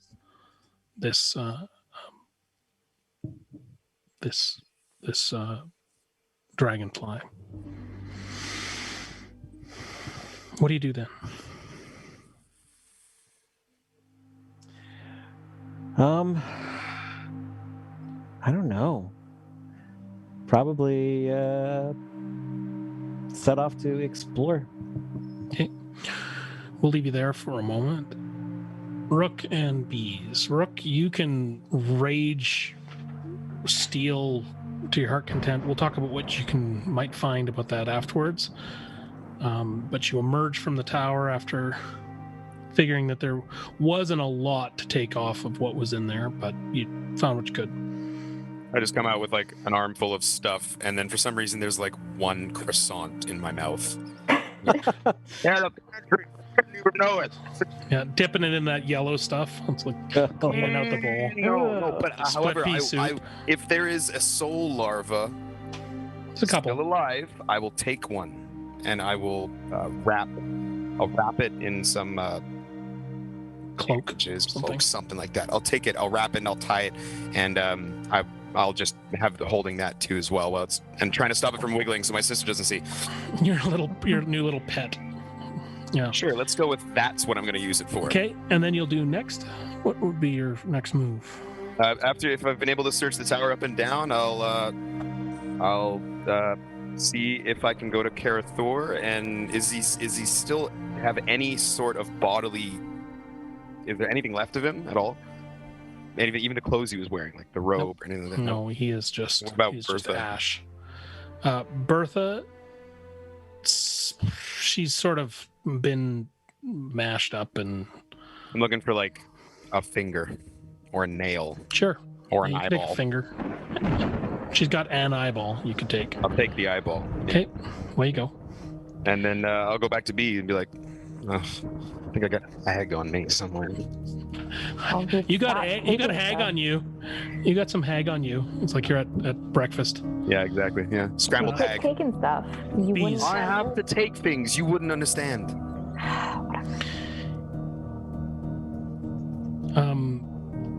Bees.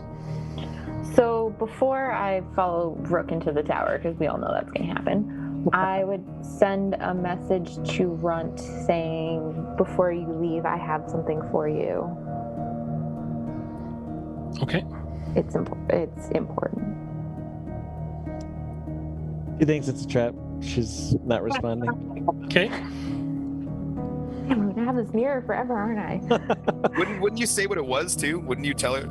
Would you tell her like? Yeah, it's. I have a gift from I'll Rogar. do another. or whatever? Oh, Do well, another it's not from sending. Rogar. It's from the High Harvestress. My harvestress. so- Yeah. I'll do another sending and say, it's a mirror. Rogar had it. This is yours, not mine. Insight check. Runt is then going to start devising a plan to come back and steal it at some point. Okay. With that, you have a floating boat and an orb. And the orb is not really for this place. And you can see that it's slowly heading out towards the fog wall. This Actually, large I white had a marble. question about that. How big is the orb in relation to like 12 the feet. ship? 12 feet across. Perfectly So, round. is it possible to hold on to the orb on the ship, or will it just start to float away? Not from here. You might be able to try to put it on deck or something, but right now it's it's heading towards the fog wall. It's hovering now. You see it's just leaving the edge of the cliff and it's starting to pick up speed. I don't want that to happen. Let's get on the boat and get out of here. Yeah. Okay, yeah. I'm pretty sure there's nothing else in the Tower of Misery. I don't know. Can I look around to see if there's any Shatterkai that are still alive? Nothing. Barren. Go on. There. There are some confused croakers. They're kind of milling around, sort of wondering where the after party is. Yeah, we're gonna leave them. So I'll look at Bilk then, and I'll be like, "So you want a job or not? I see you're still alive. I'm surprised you made it through that encounter." Hi, Captain. And he hops over the rail. Oh, by the way, if you ever cut me with one of those razor blades, I will break each of your fingers and then heal you, break them again, and probably take an afternoon to do so. Hi, Captain. And he scuttles up to the crow's nest. Get to it. I yell after him. Can you cook, by the way? Oh, yeah. I make a mean stew. Insight check. He makes a mean stew. He does. Okay, good. All right. Yeah. If you have halfling, it's even better. So we're not gonna eat the stew. All right. Great. Well, yeah. Go ahead. Quit the Anyway, ship. hopping on the boat. Yeah, hopping on the boat. 15 spices, delicious flavors, he calls down. You hop on the boat. Yeah, and I'll look over at Rook and say we should probably get that and point at or to wherever it's supposed to go. Oh, I want that stone for us. That's the trophy. That's ours. Gods have to pay for something too. Let's get after that fucking stone. We'll look Okay. forward to the stone. All right, you cast off.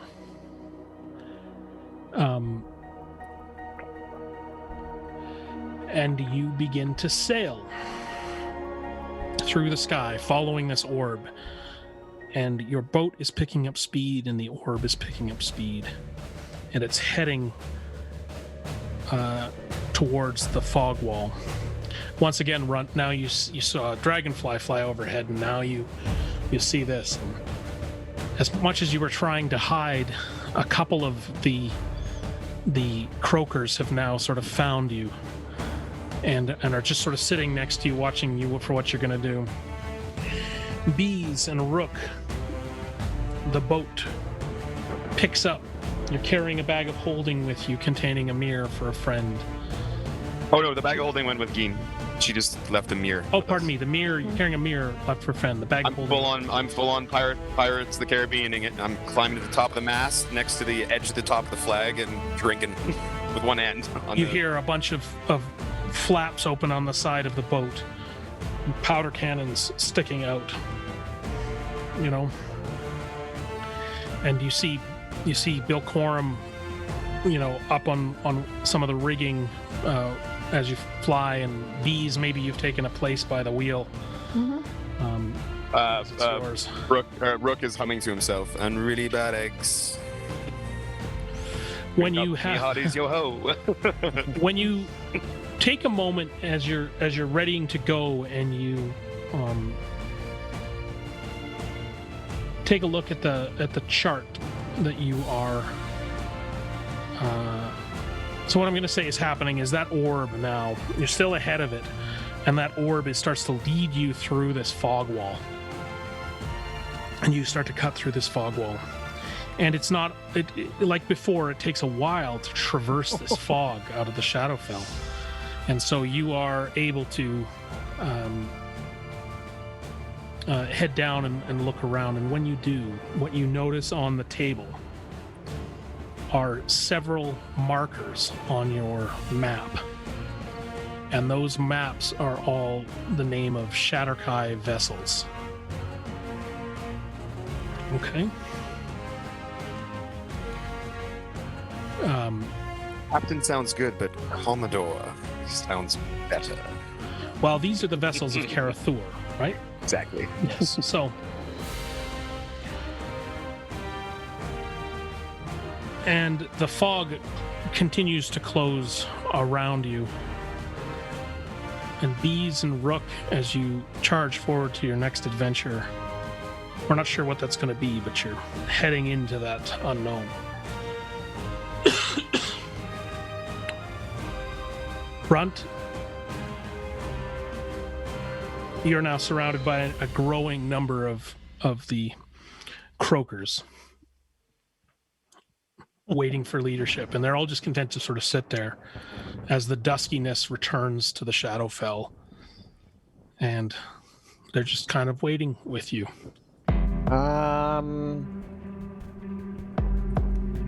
You got anything to eat around here?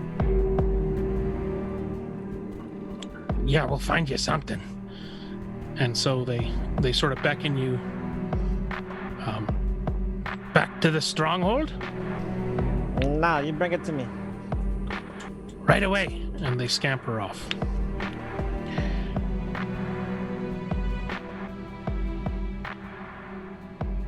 High above the sky, a silver dragonfly is flying higher and higher through the mist.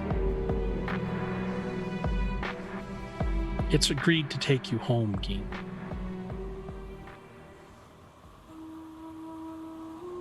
As it emerges through the mist, you see something interesting. You're coming upon...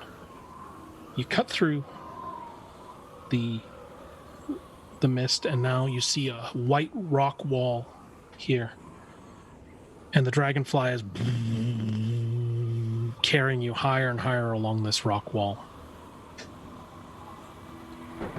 It clears the edge of the wall, and it pads down.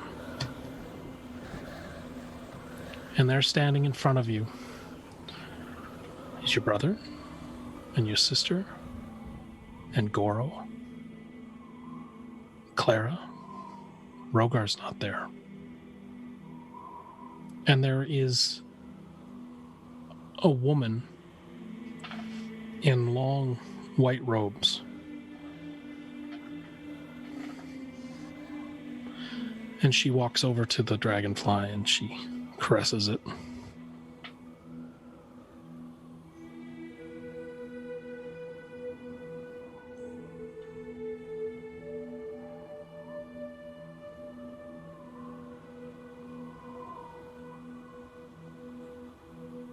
And she says,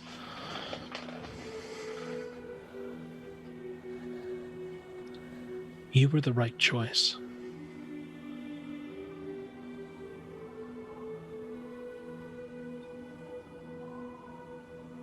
Or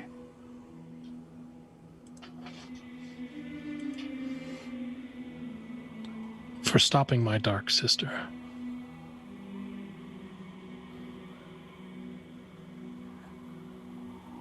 Oh, that's heavy. And that's where we'll stop. Oh, Yeah. damn. Oh man. Oh man. Oh, So man. with that, I'd like to thank you all for sticking with it for 31 episodes and telling this story of a sister who would stop at nothing to save hers, and of a young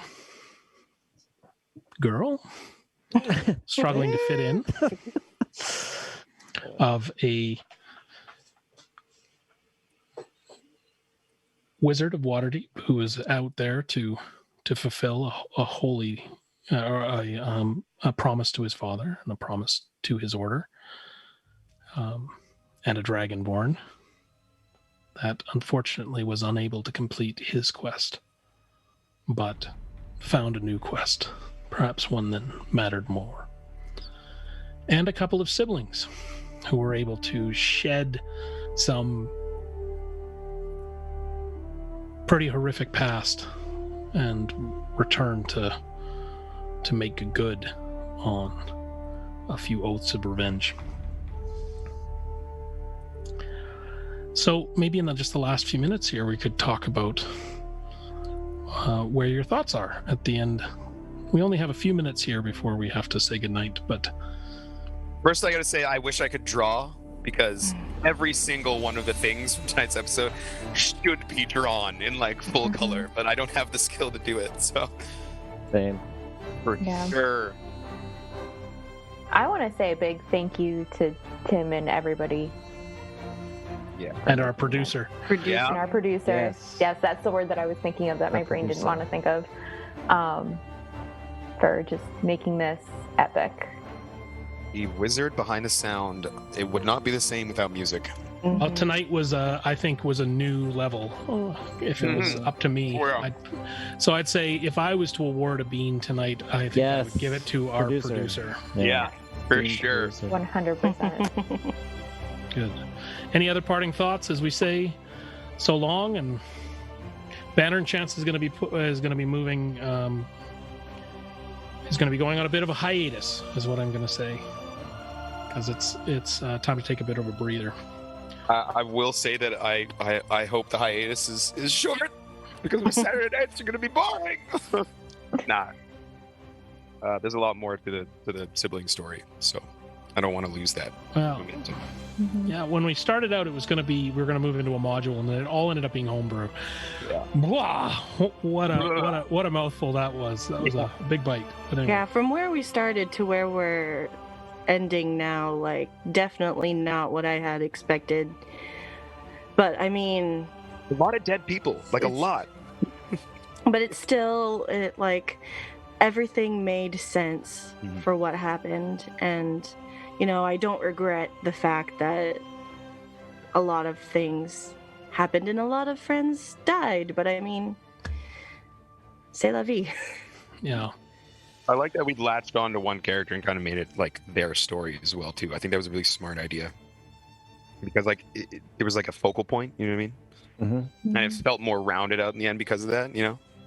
Yeah, I When we still wish we would have like learned about like Runt and like where did you come from? Why are you Runt? Why like that type of thing. But I mean that's more mystery that you get to That's part of the yeah. fun. No, Yeah. no. You don't get to know everything. Yeah. Season 2, maybe. Yeah, exactly. Yeah. Good Yeah. for a spin-off. There you go. Yeah, yeah. Yeah. Well, thanks very much, guys. I think we're at time, and I just want to say a big thank you to all of you. And for everybody out there watching, take care of yourselves. Thanks. Cheers, guys. Good night. See ya.